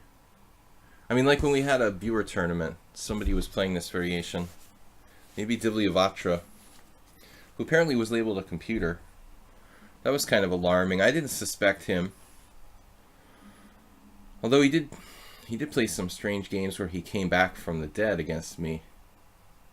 It would be strange to like use the computer for just half the game, to like get a lost position and then start using the engine to save yourself. Like, who would do that? Okay, at some point here I've got to make a decision to release the tension.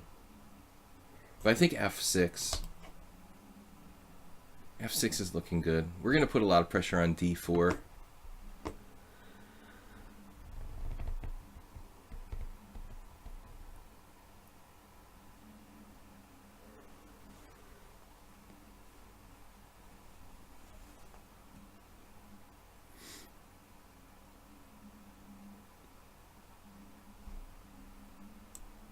That's why the bishop's good on G7. It can always come in handy, putting pressure on the white pawn chain.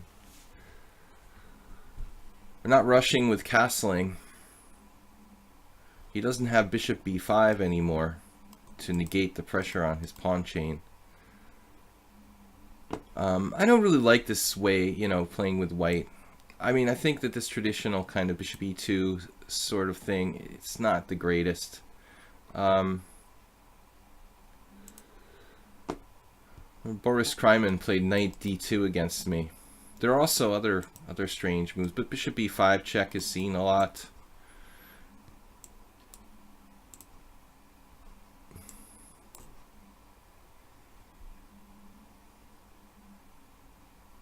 But anyway, I mean, white's still okay here. I don't really think that white is worse.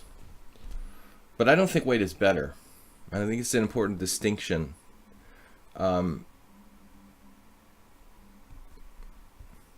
With the white pieces against the hyper-accelerated dragon, white should probably be able to get some kind of advantage.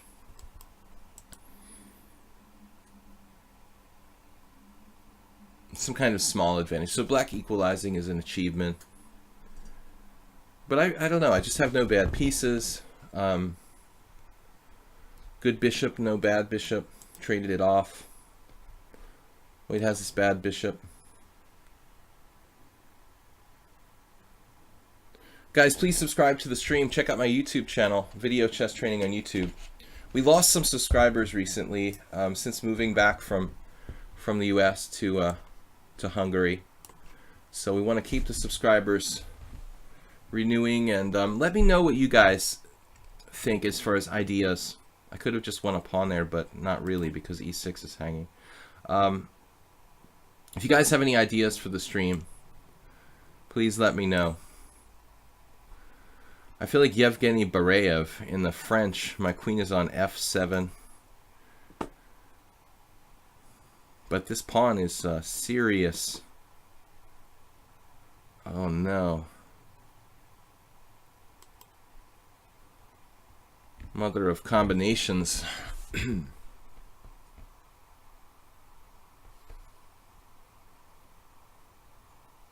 Wow. Rook takes E6. Knight takes D4.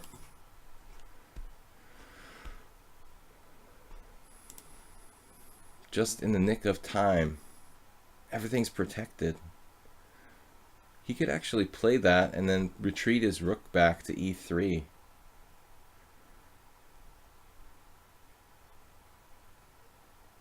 Yeah, I think he sees it.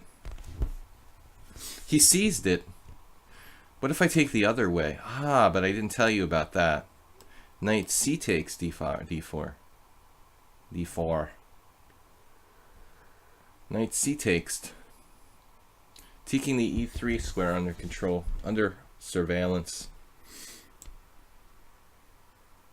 The secret move. The key is that this is double attacked. Or doubly attacked. Now, he better not have anything here. What?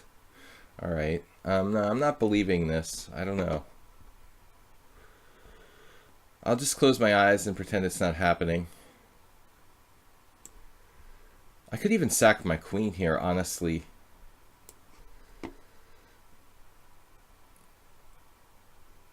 How many pieces do I get? 3 pieces for the queen or something? I got a lot of pieces for the queen. Knight takes, bishop takes.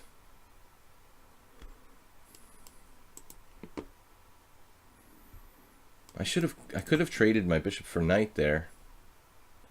Knight takes,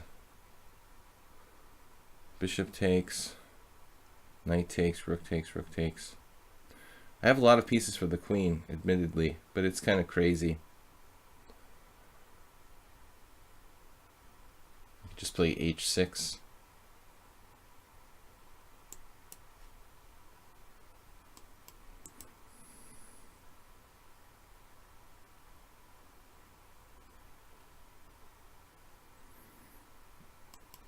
mean, do I have to do anything? Maybe I just get my king off. Oh, he just lost everything.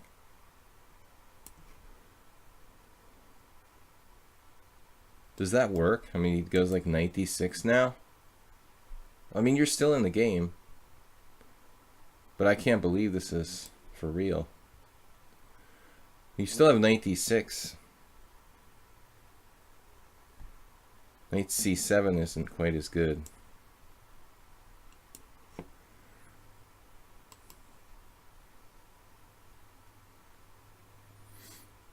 I'll just be 2 pieces up. Suffice myself with that. Can I say that? Suffice myself? Suffice. I wonder if this was even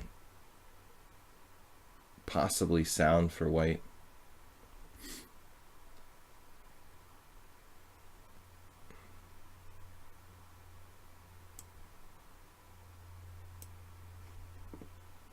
Subtle threats.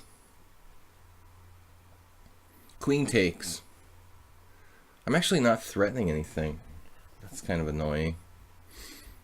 I am threatening something. Man, I'm having some weird hallucinations around here. Not threatening anything except for mate in 1.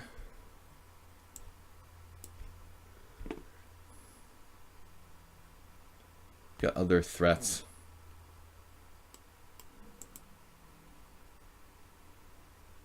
I'm not threatening anything. Yes. Are we having fun yet?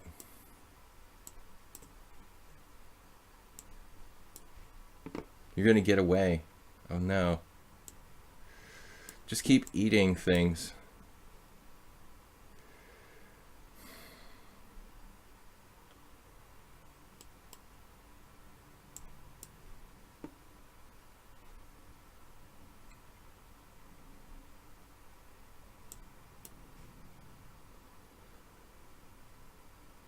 I think we could save our energies for another game. Oh. It's mate. No, it's not. Like, where's my mate? It's not mate. Mate in 17. No way. You resigned and it's mate in 17? That's premature. Definitely a premature resignation. Okay. Morales, Teddy Kish, Prash, Kopini from Korea, Alex Makin. I have time for probably like 3 more games.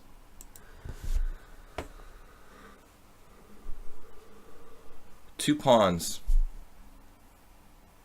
All the white's pieces disappeared. He did the rook sack on e6. It was tempting, but probably not good. All right. Morales is pretty tricky.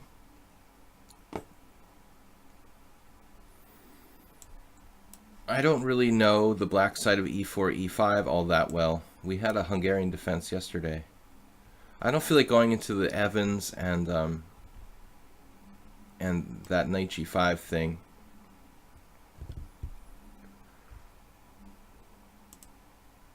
Now, if I were to play pawn takes pawn,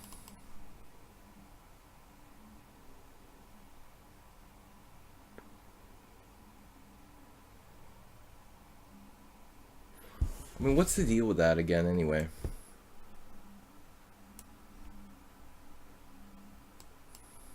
Pawn takes pawn, knight f6.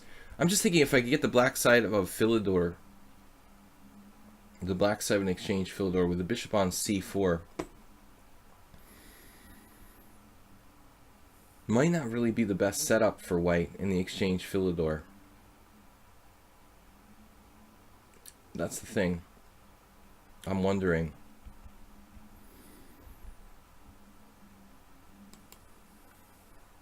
But it's probably not so bad either. Who knows? I could definitely exchange here and play knight f6. Transposing to the exchange Philidor, though my knight's already on c6. That is a normal, one of black's normal options, probably. Okay, who is that?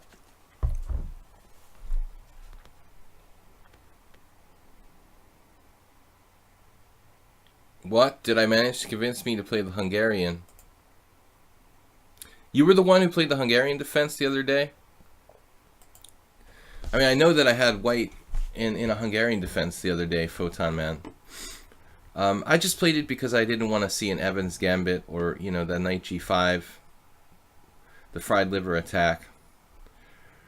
Actually, the fried liver is only really when black plays d5 and allows knight takes f7. But, I mean, for lack of a better word for that knight g5 stuff. No, I mean, the Hungarian defense, it's very solid for black.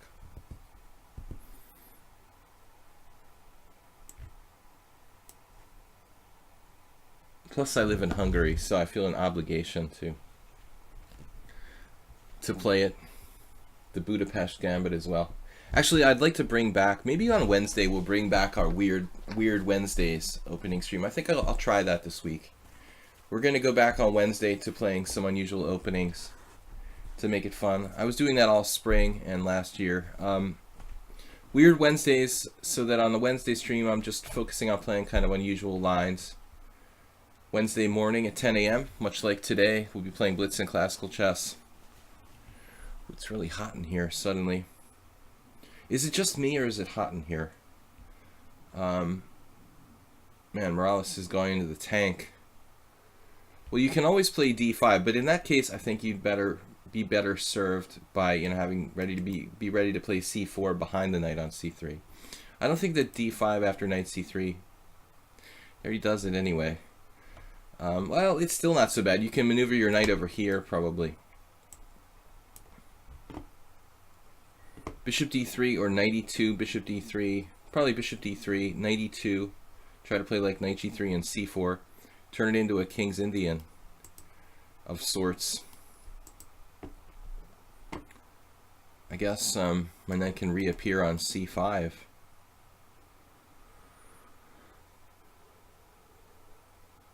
I don't know the theory of this opening really at all. Just that my thought was here after bishop c4, bishop e7. Don't you have like knight g5 actually? If we go back to this position, after bishop e7, d4, d6, what am I thinking? I don't know. Why am I thinking white could play like knight to g5? I mean, that loses a piece. No, knight g5, bishop takes g5, queen h5. Might lose a pawn though for black, for white I mean. Knight e1. Okay. That makes a lot of sense actually. To be able to play f3, I guess. Or f4 for that matter.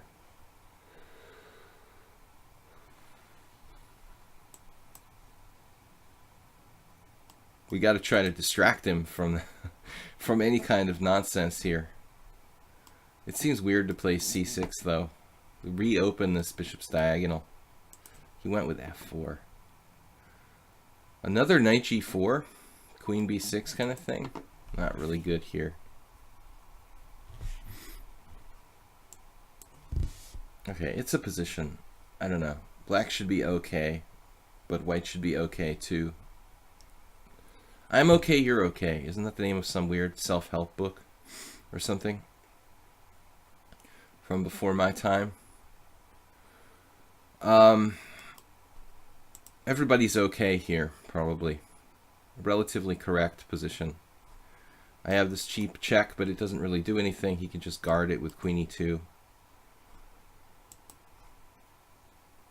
He took with a bishop.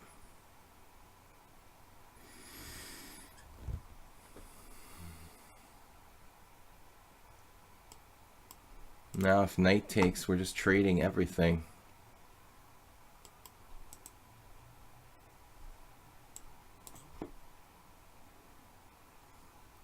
As I said earlier, Morales feels to me like a very solid player. Only 1800.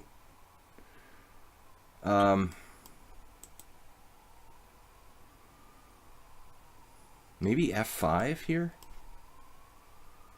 You go Alekhine style. Ambulance is on its way for me. locking it up with f5 might be worth considering. Basically, it's a Sicilian now. I just realized. Knight b4 and d5.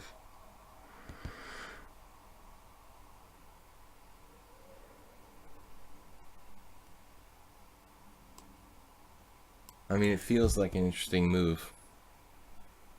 And then there's the other possibility. b5. That looks ridiculously slow. Knight b4 and d5. Knight b4, bishop b3, d5. What's my idea? What's my idea in this position? I don't like it anymore. Knight d4. Really like it. I have no counterplay. Thank you for playing f5, the move I dreaded.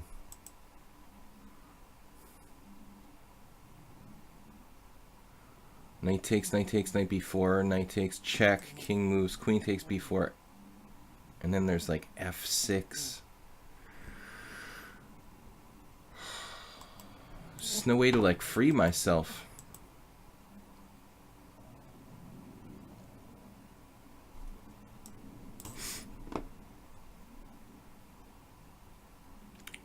Can I free myself somehow? Even if I have to sack a pawn.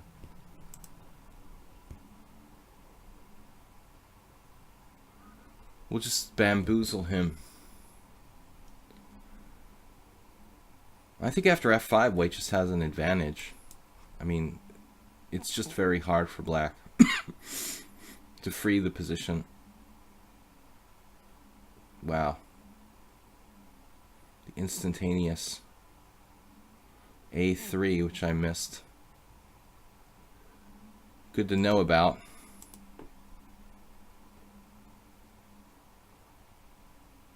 Queen check, king h1. Doesn't do anything. What about queen a5? Also doesn't really do anything.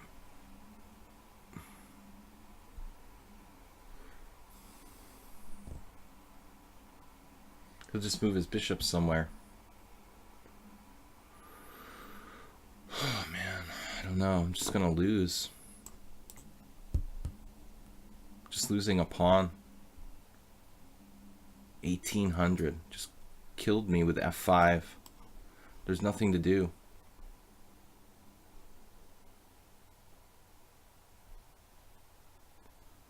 Not a bullet player. He's 2100 in classical. I can feel that. You can feel the strength emanating. At least I have the bishop pair for whatever that's worth. A little bit of counterplay maybe.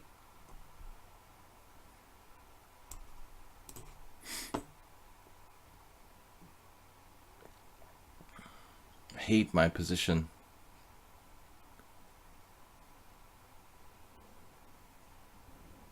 I'm just lost here.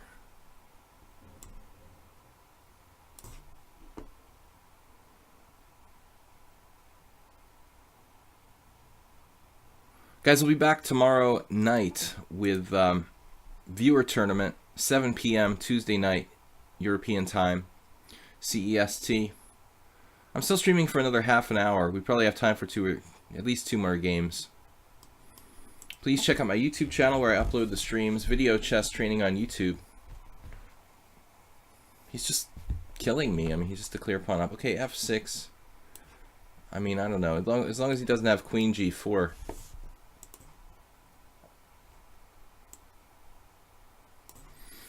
Just to be on the safe side.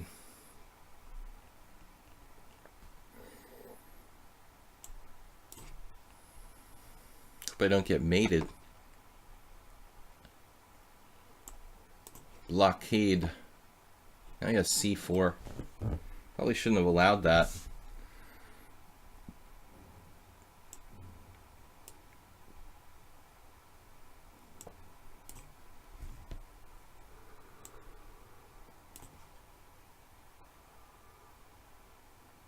still getting my butt kicked here pretty badly.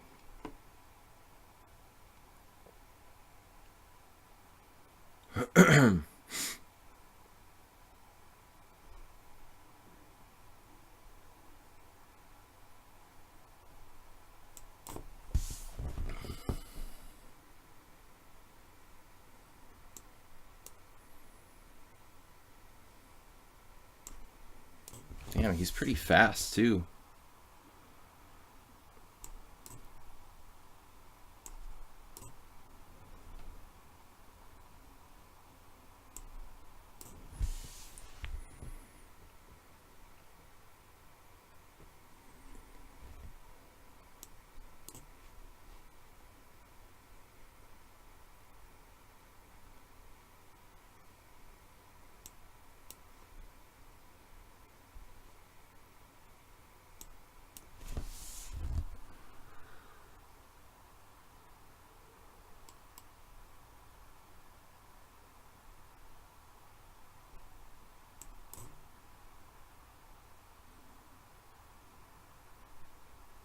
Did I have mate in 1? Did I just miss mate in 1? That would be bad to miss mate in 1.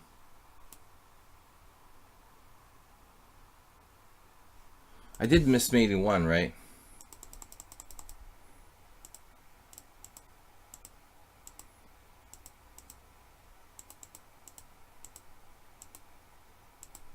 No, okay, I was in check.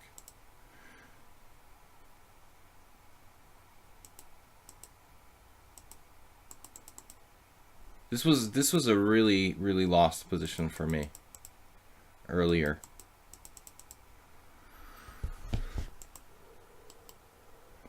I thought I was lost here when he played this. I was down to 3 seconds when I played Queen A5, which is like the only move. I thought there has to be a back rank mate for white. Queen C4 check, but it doesn't win immediately. Surprisingly, I wasn't like more than like 2 pawns down at any point here. Not like trivially lost. I was lost, but not trivially. So I feel good about that. The opening was okay, and then all of a sudden I allowed him to shut me down with F5. After that, it's like over. I mean, positionally over. Bishop takes D5 here, and I need to take on F4, not to let F5 happen. Because once F5 happens, I'm like choked.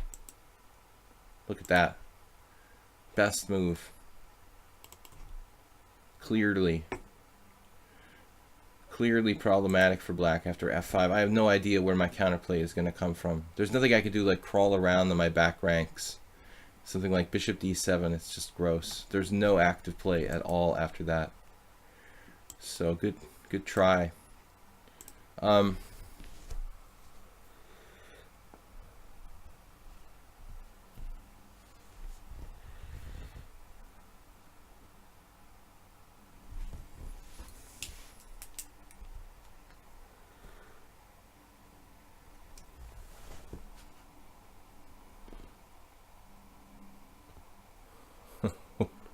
What happened? I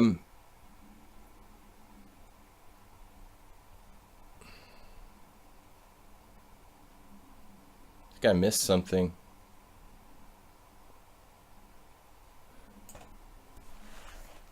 All right.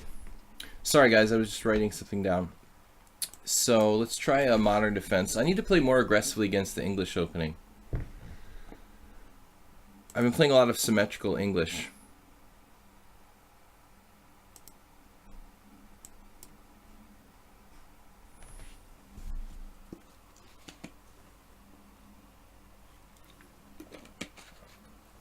Yeah, an advantage turns to winning between 1.5 and 2, I would say, in general.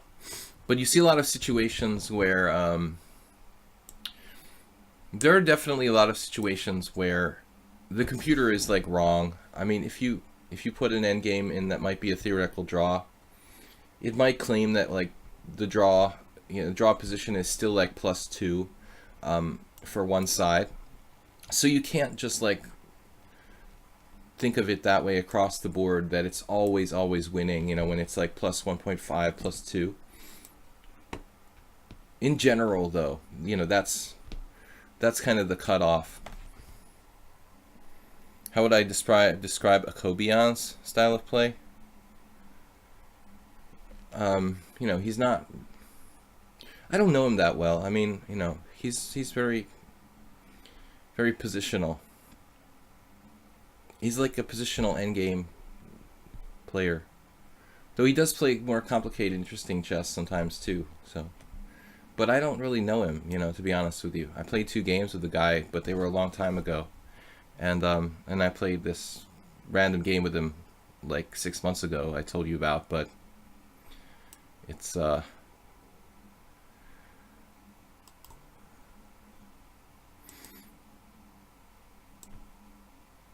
you know, he's highly influenced by Petrosian, like most of the Armenian players are heavily influenced by the former world champion.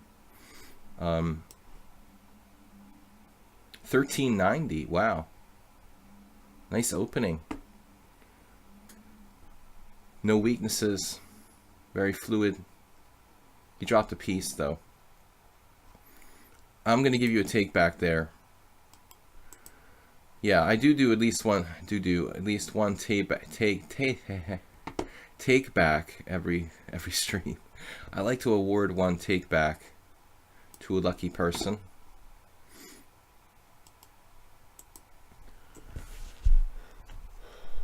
No, Akobian, I mean, he's capable of playing other ways too, but he's primarily like a really strategic player. I'm actually kind of surprised how high rated he got. I mean, he just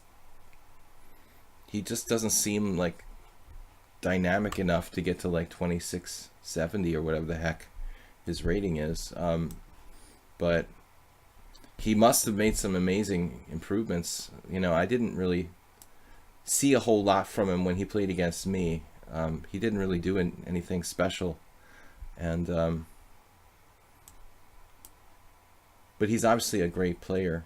I mean, I just wouldn't classify him as like an exciting player. E6, kicking his knight out. This is nice play by Teddy Kish. Very safe position. I weakened my structure slightly. I'm not really happy to weaken my structure here. That knight possibly coming back, you know, into like e4 or something. Black's gonna have to be very careful. I actually have some serious weaknesses in my king side.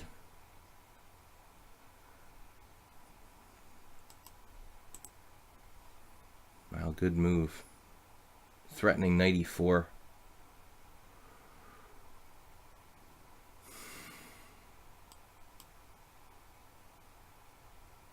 I'd be very concerned if this was a rated game against a 1390 player, that I was able to beat this player, that I would be able to beat this player in this position. I basically have nothing here, and he's played flawlessly. Again, the same thing about the symmetrical English. I didn't start with the symmetrical English, but I transposed to it. But bad idea. Bad idea. Do not play the symmetrical English if you fear a draw. I guess that's the moral of the story. Again, perfect play by white. Now I'm slightly worse.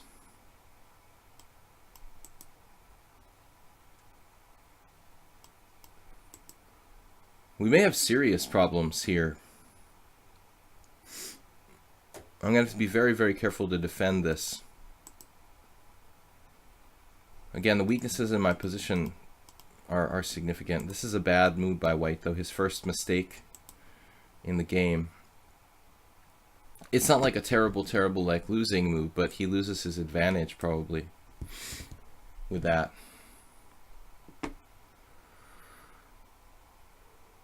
Changing the structure completely to a Benoni, whereas if he had played rook d2, he just has endless chances, you know, with no risk, 0 risk, with advantage. This is more dynamic with chances for both sides.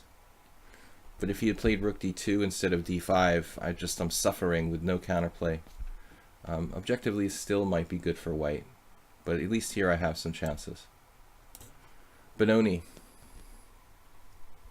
It's a Benoni now, of a weird variety. But we like to see some dynamic possibilities with chances for both sides when we're playing for a win against a lower-rated opponent, not something totally stale and symmetrical. I'm impressed. I mean, 1390. He's seemingly way better than that. I mean, maybe he has a tendency to drop pieces or something because I had to give him a take back, but his overall game seems really, really decent. Like Jacobian can play average, but some of his games he can play really well, obviously. I mean, nobody gets to 2660 FIDE without being really good. I just personally, didn't ever witness anything other than he's got great technique, endgame technique, and I have to credit him with that. Amazing endgame technique. He's very, hard working at the board. And a good defender. But stylistically, we don't have that much in common. Both solid players, I guess, different way. But Varuzhin, when I left the United States, he was like an average rated grandmaster. Now he gained like 100 points since then, which is amazing.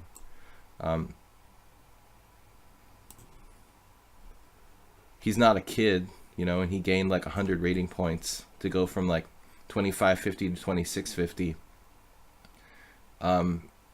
That's pretty crazy for an adult grandmaster to make that kind of improvement. Is insane. A lot of people, they never they never change. Their rating may remain the same for like 20 years, like mine.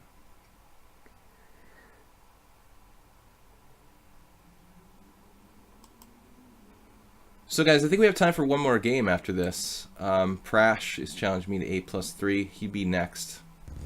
Please subscribe to the channel. We'll be back tomorrow night with a viewer tournament at 7 p.m. European time. Yeah, this 1300, he's he's playing really well, but okay, nothing really happened in this game. I mean,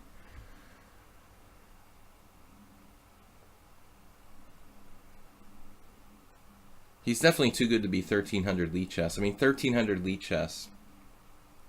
It's like not 1300 FIDE. It's probably like 1100 FIDE. There is probably some inflation. 1200 FIDE, let's say. There's probably some inflation to the lichess ratings.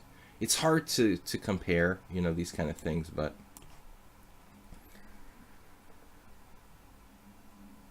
at least 100 points inflation now. G4.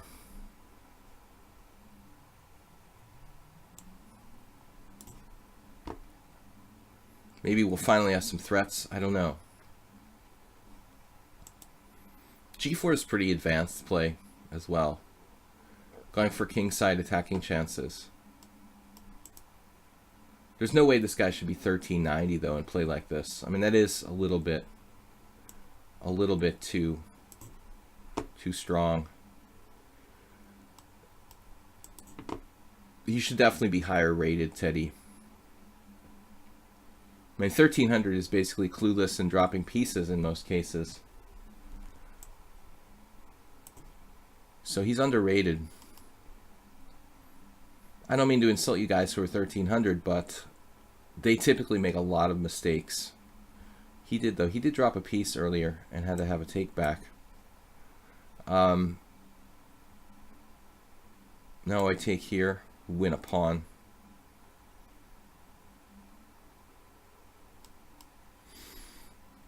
I think white was standing better, before it melted down. Like this position. Okay, the engine says I'm slightly better. My majority is a little bit more... It's a little more dynamic than his chances on the king side, but I think objectively, my my training with Tebi. Seven Samurai, I'm playing challengers for my live stream now. You're probably not even hearing this. I'll just type it in. I don't think he sees it. So, Teddy, much better than your average 1390. Good game. All right. Yeah, so he was basically equal until this point when he melted down in time pressure. G4. I missed C4 there, it looks like. Followed by knight e5. Last game against Prash. Or Prash. Last game for today. This is an 1800 player. Let's compare 1800 to 1400. I've been playing like e4 all day. I mean, basically, if you're that, that rating, you should make a lot of mistakes. And Teddy only made two at the end.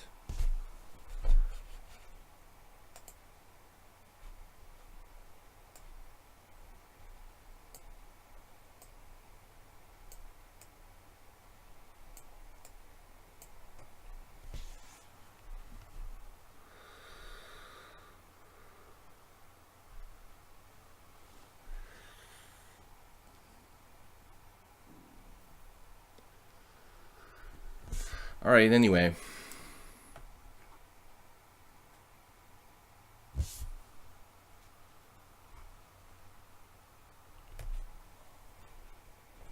Guys, we'll be back tomorrow night. This is the last game for today.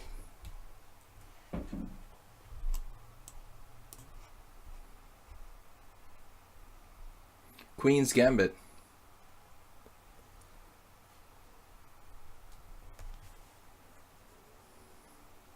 Arsenal fan Richie, are you more like 1300?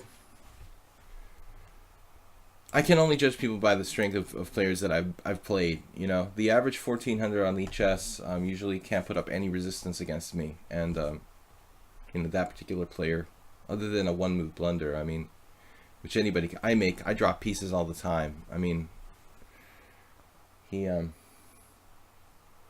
played like I don't know, an 1800 or something.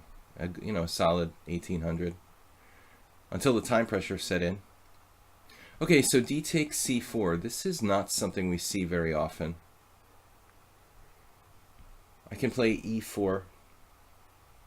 That should be correct, although black has c5. There are probably some problems with c5. I mean, with c5 his bishop may be overloaded. So he has a difficult time after d takes c4, a difficult time counterattacking the center. I guess you might be able to play something crazy like b5 here, and knight takes e4 doesn't work because I just take it and double protected on g5.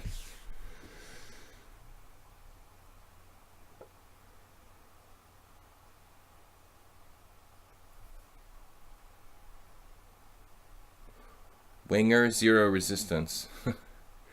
Who's Wenger? I'm missing something. Dropping pieces regularly can't put up any resistance against you. I'm dropping pieces all the time. Now, he did play c5. Now, I was just thinking about this, Okay, now his bishop is overloaded, so we can take on f6 and try to exploit that.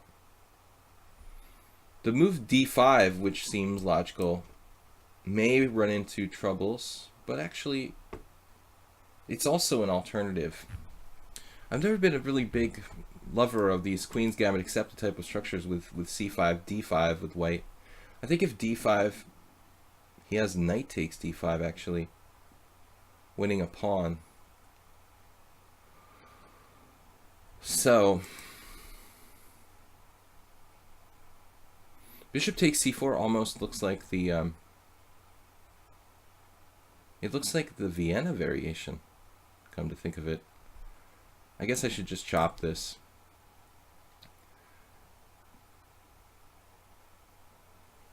Very similar to Vienna variation of the Queen's Gambit. White has some kind of tiny edge here. I maybe have some other way to play it. E5 or something. This is weird though. I can't wait to look this up after the game. Am I playing this right? Bishop g5, d takes c4. Very rare move. And now e4. Maybe e4, I don't know. You know, maybe it's risky. I mean, I could play just simply e3, obviously. It's a little bit safer to play e3. Although they both should be playable for white. Could double f-pawns on the f-file and open g-file. Be good here for black. Yes, Richie, it can be. I mean, theoretically.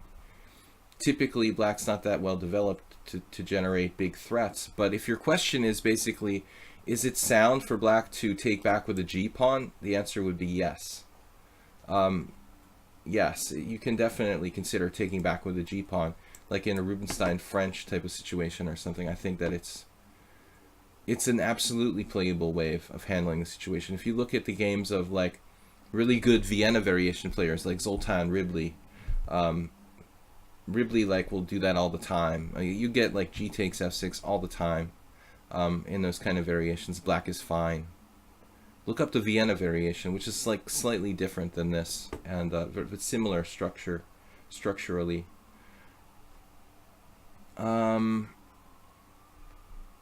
Again, what can I do? I mean, taking on c5 looks wrong. I think I really need to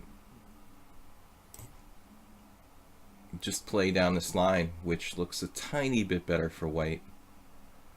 Now c takes d4, knight takes d4, knight takes e4. C takes d4, knight takes d4, knight takes c4, bishop takes e7, knight takes c3, bishop takes d8, knight takes d1, and blah, blah, blah, blah, blah. We have to calculate all that, like cd, knight takes e4, bishop takes e7, knight takes c3, bishop takes d8, knight takes d1. What's happening at the end of the day there? Rook takes d1, rook takes d8, knight b5, I'm down a pawn. But I'm threatening his rook, he has to trade rook, rook takes rook, rook takes rook. And then I'm checkmating him on the back rank, but he has knight c6. Knight c7, rook b8. That's how far you can analyze this position. I mean, it's pretty crazy. In any case, we can play queen takes d4 and avoid that nonsense. One more time. Knight takes e4. Bishop takes e7. Knight takes e3, knight takes d8, knight takes d1.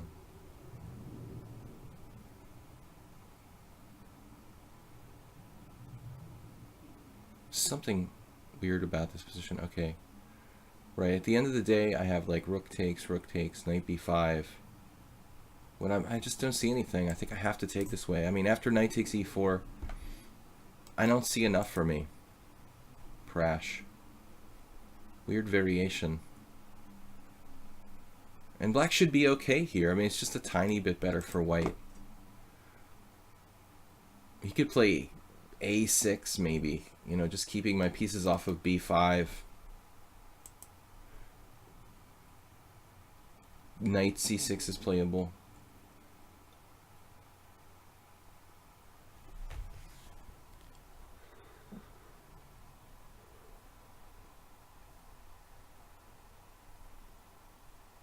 Tips for someone who feels as if they have trouble seeing options on the board. I'm very bad with little experience.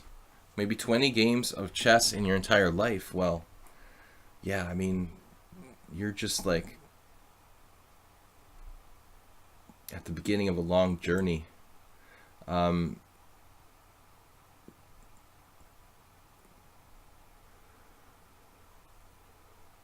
Tips on seeing the board specifically.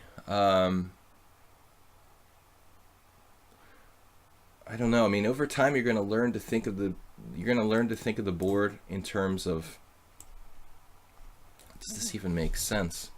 In terms of squares rather than pieces.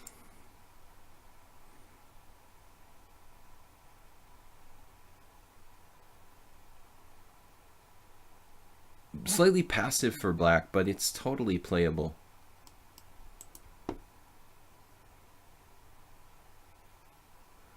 E5. This is probably critical. Getting some permanent space advantage.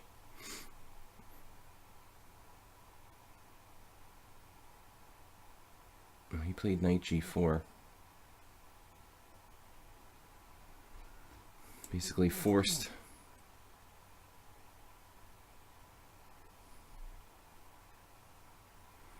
Now I would consider h3 and g4 to kind of imprison his knight on h6.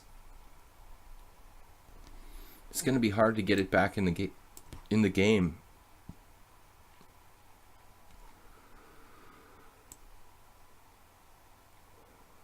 However, I mean, it is a slightly weakening plan for me.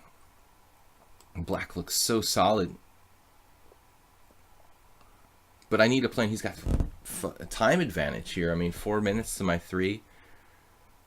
And I've created a lot of weaknesses in my position. I'm not sure about this being good for me. I have to play like, excuse me, king h2, king g3.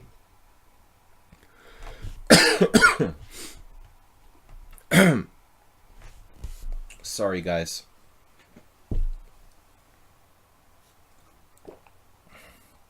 Remarkably solid player. But, okay, it's a little bit passive for black still. How bad is it? Maybe he can get some weak squares he can exploit. I don't know. He has to develop the rest of his pieces. Bishop b6 looks good. Obviously. He's going to undermine my e5 pawn. It's a little alarming. I may be in trouble. Be in a lot of trouble here.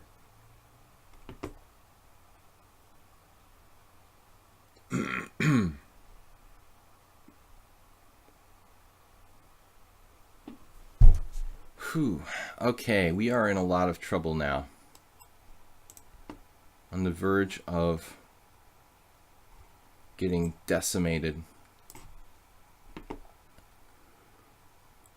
Whew.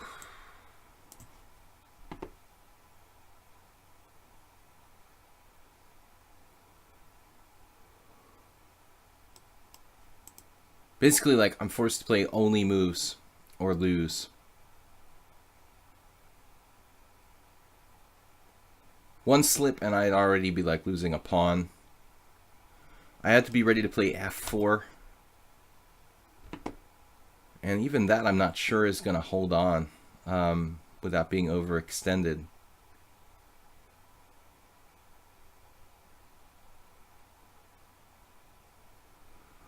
The problem is my overextended pawn on e5 becoming a target and a liability. Maybe black even has some g5 craziness here. f4, b5.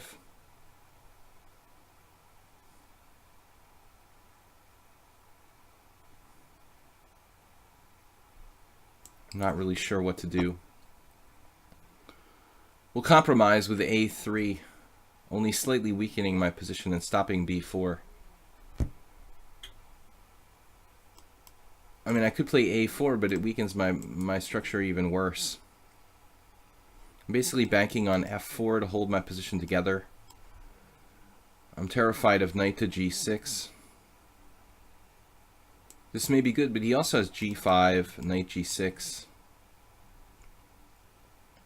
I don't have a lot of time to calculate the ramifications of that. g5 is weakening at the same time. Kind of risky for black. But it would artificially isolate my pawn on e5. However, maybe I could play f4. I don't know. No, I don't like f4. g5. He can also play rook ch, developing a piece, and then deciding what to do later. I don't know if I should go back here, or go back here, go back here to b3. I don't know where to go. Which is the best?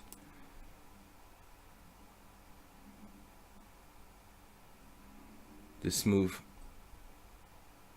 pretty neutral move. I was much more concerned about knight to g6.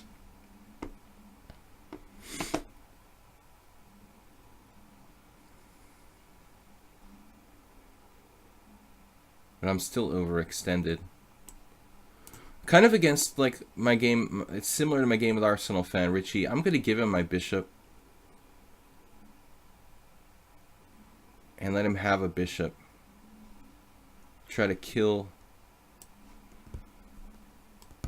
Let me see, what am I saying?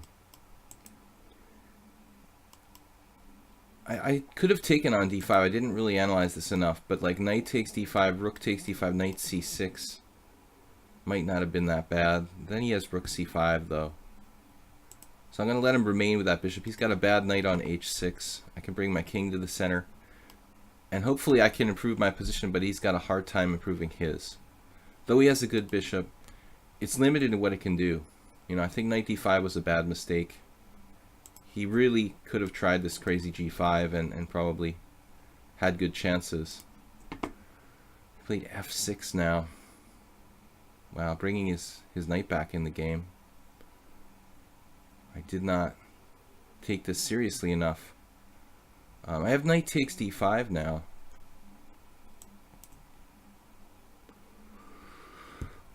Knight takes d5.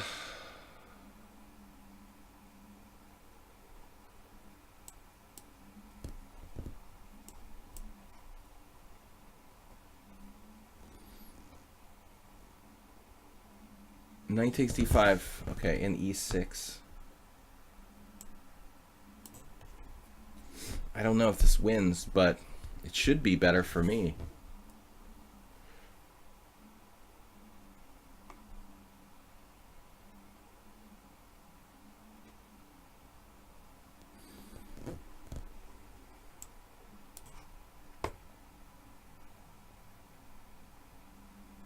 Now he finally blundered. He had a really good chance for me to be just overextended in this game. And I think he was on the verge of a serious advantage. Knight d5 though.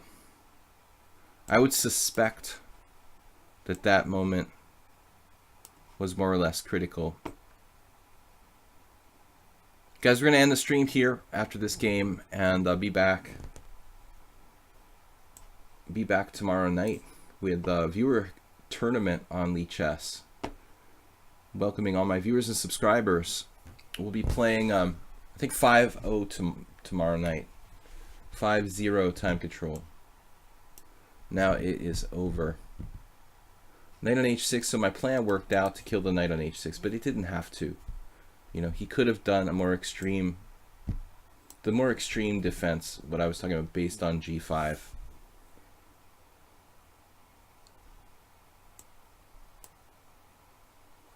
Now there's just no way.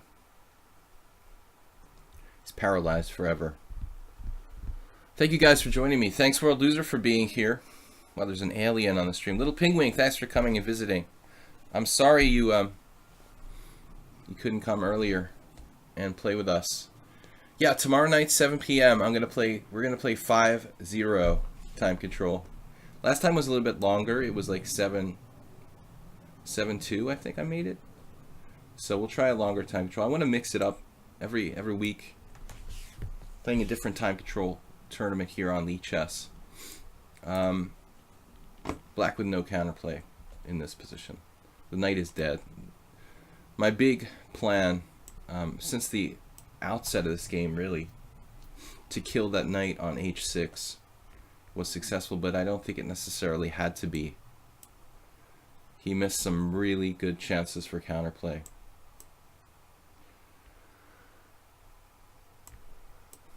Watch for knight forks. No, I mean the king and pawn end game is easiest way. If you're ever playing in a blitz game or something, like just trade that last piece off, you know, to avoid any kind of accidents. King and pawn is always the easiest, simplest situation to play out. I'm curious about this opening though. Very rare line. He played d takes c4 here. And look at that, only 10 games in the master database. And the interesting thing about it was, like, you got two already grandmaster players playing this with black, Udazin and Lopez Martinez. Kind of a sneaky little secret variation that I think could be used as a kind of good defense. As I mentioned, both e3 and e4 are playable, and both e3 and e4 have been played by white. You know, it's hard to kind of pick one or the other. I played e4 and then c5. Wow, it's played by Kuprejcik and Udazin. Kuprejcik lost against Mickey D. Mickey G, I mean, Mickey D. Mickey G. Emger is a monster. So he castled here. Emger played c takes, no, Kuprejcik played c takes d. I don't see anything wrong with castling, but e5 apparently is playable. So I was looking at this line really long, like knight takes e4 here. Apparently this isn't good for black. Wow, I thought it was okay for black. What is going on here? Sitting there analyzing this all day. I was going to play rook fd1. Correct. So this position I misevaluated because I missed knight e6. Did not see knight. I was only looking at knight b5 in my analysis, you know, focusing on that rook on a8, and this is not enough. So the secret move is this, which leaves white with an advantage. Takes. This is all forced. It's amazing. Knight c6 and now knight g5, attacking f7 twice. An amazing line. Wow. Bishop g4. Bishop takes f7 check. King f8. f3. Rook d8. Rook. You can figure chess out to the very end. And that's it. We just end up a pawn up in an endgame. Two bishop and knight versus bishop and knight. 5 against 4. It's all forced. Anyway, no. So I played queen takes. And black equalized here. I played e5. Maybe this move was too risky. I don't know. Knight g4. Takes. h3. Knight h6. g4. b6. Rook ad1, best move. Bishop b7, knight d4, best move. And check out the engine, guys. I'm like a chess engine. I suggested here g5. That's the best move for black. Probably the only really good move. Played a6, a3, neutral. Still g5 should be played. But after knight d5, I have a really good game. Okay, guys, we're going to wrap it up. Looks like we were pretty much on the money there, but missing knight takes e6 in that exchange variation. If you hit the space bar, it makes the computer's suggested move. Yeah, but I don't even touch the keyboard, like, for the most part. All right, we'll be back tomorrow night with a viewer stream. It's a tournament. Lichess tournament for viewers and subscribers. It'll be 7 p.m. CEST. I've got to go nurse my allergies, guys. So please subscribe to the channel. Check out my videos on YouTube, Video Chess Training on YouTube. We also upload the streams there. And again, if you have subscribed, please resubscribe. If you have not and you watch the stream like regularly, I really appreciate your support. You can also make a donation via PayPal, which I appreciate as well. We will be back tomorrow night, guys. Thank you, World Loser, for your help, for being here today, and we'll see you guys tomorrow night. Bye-bye.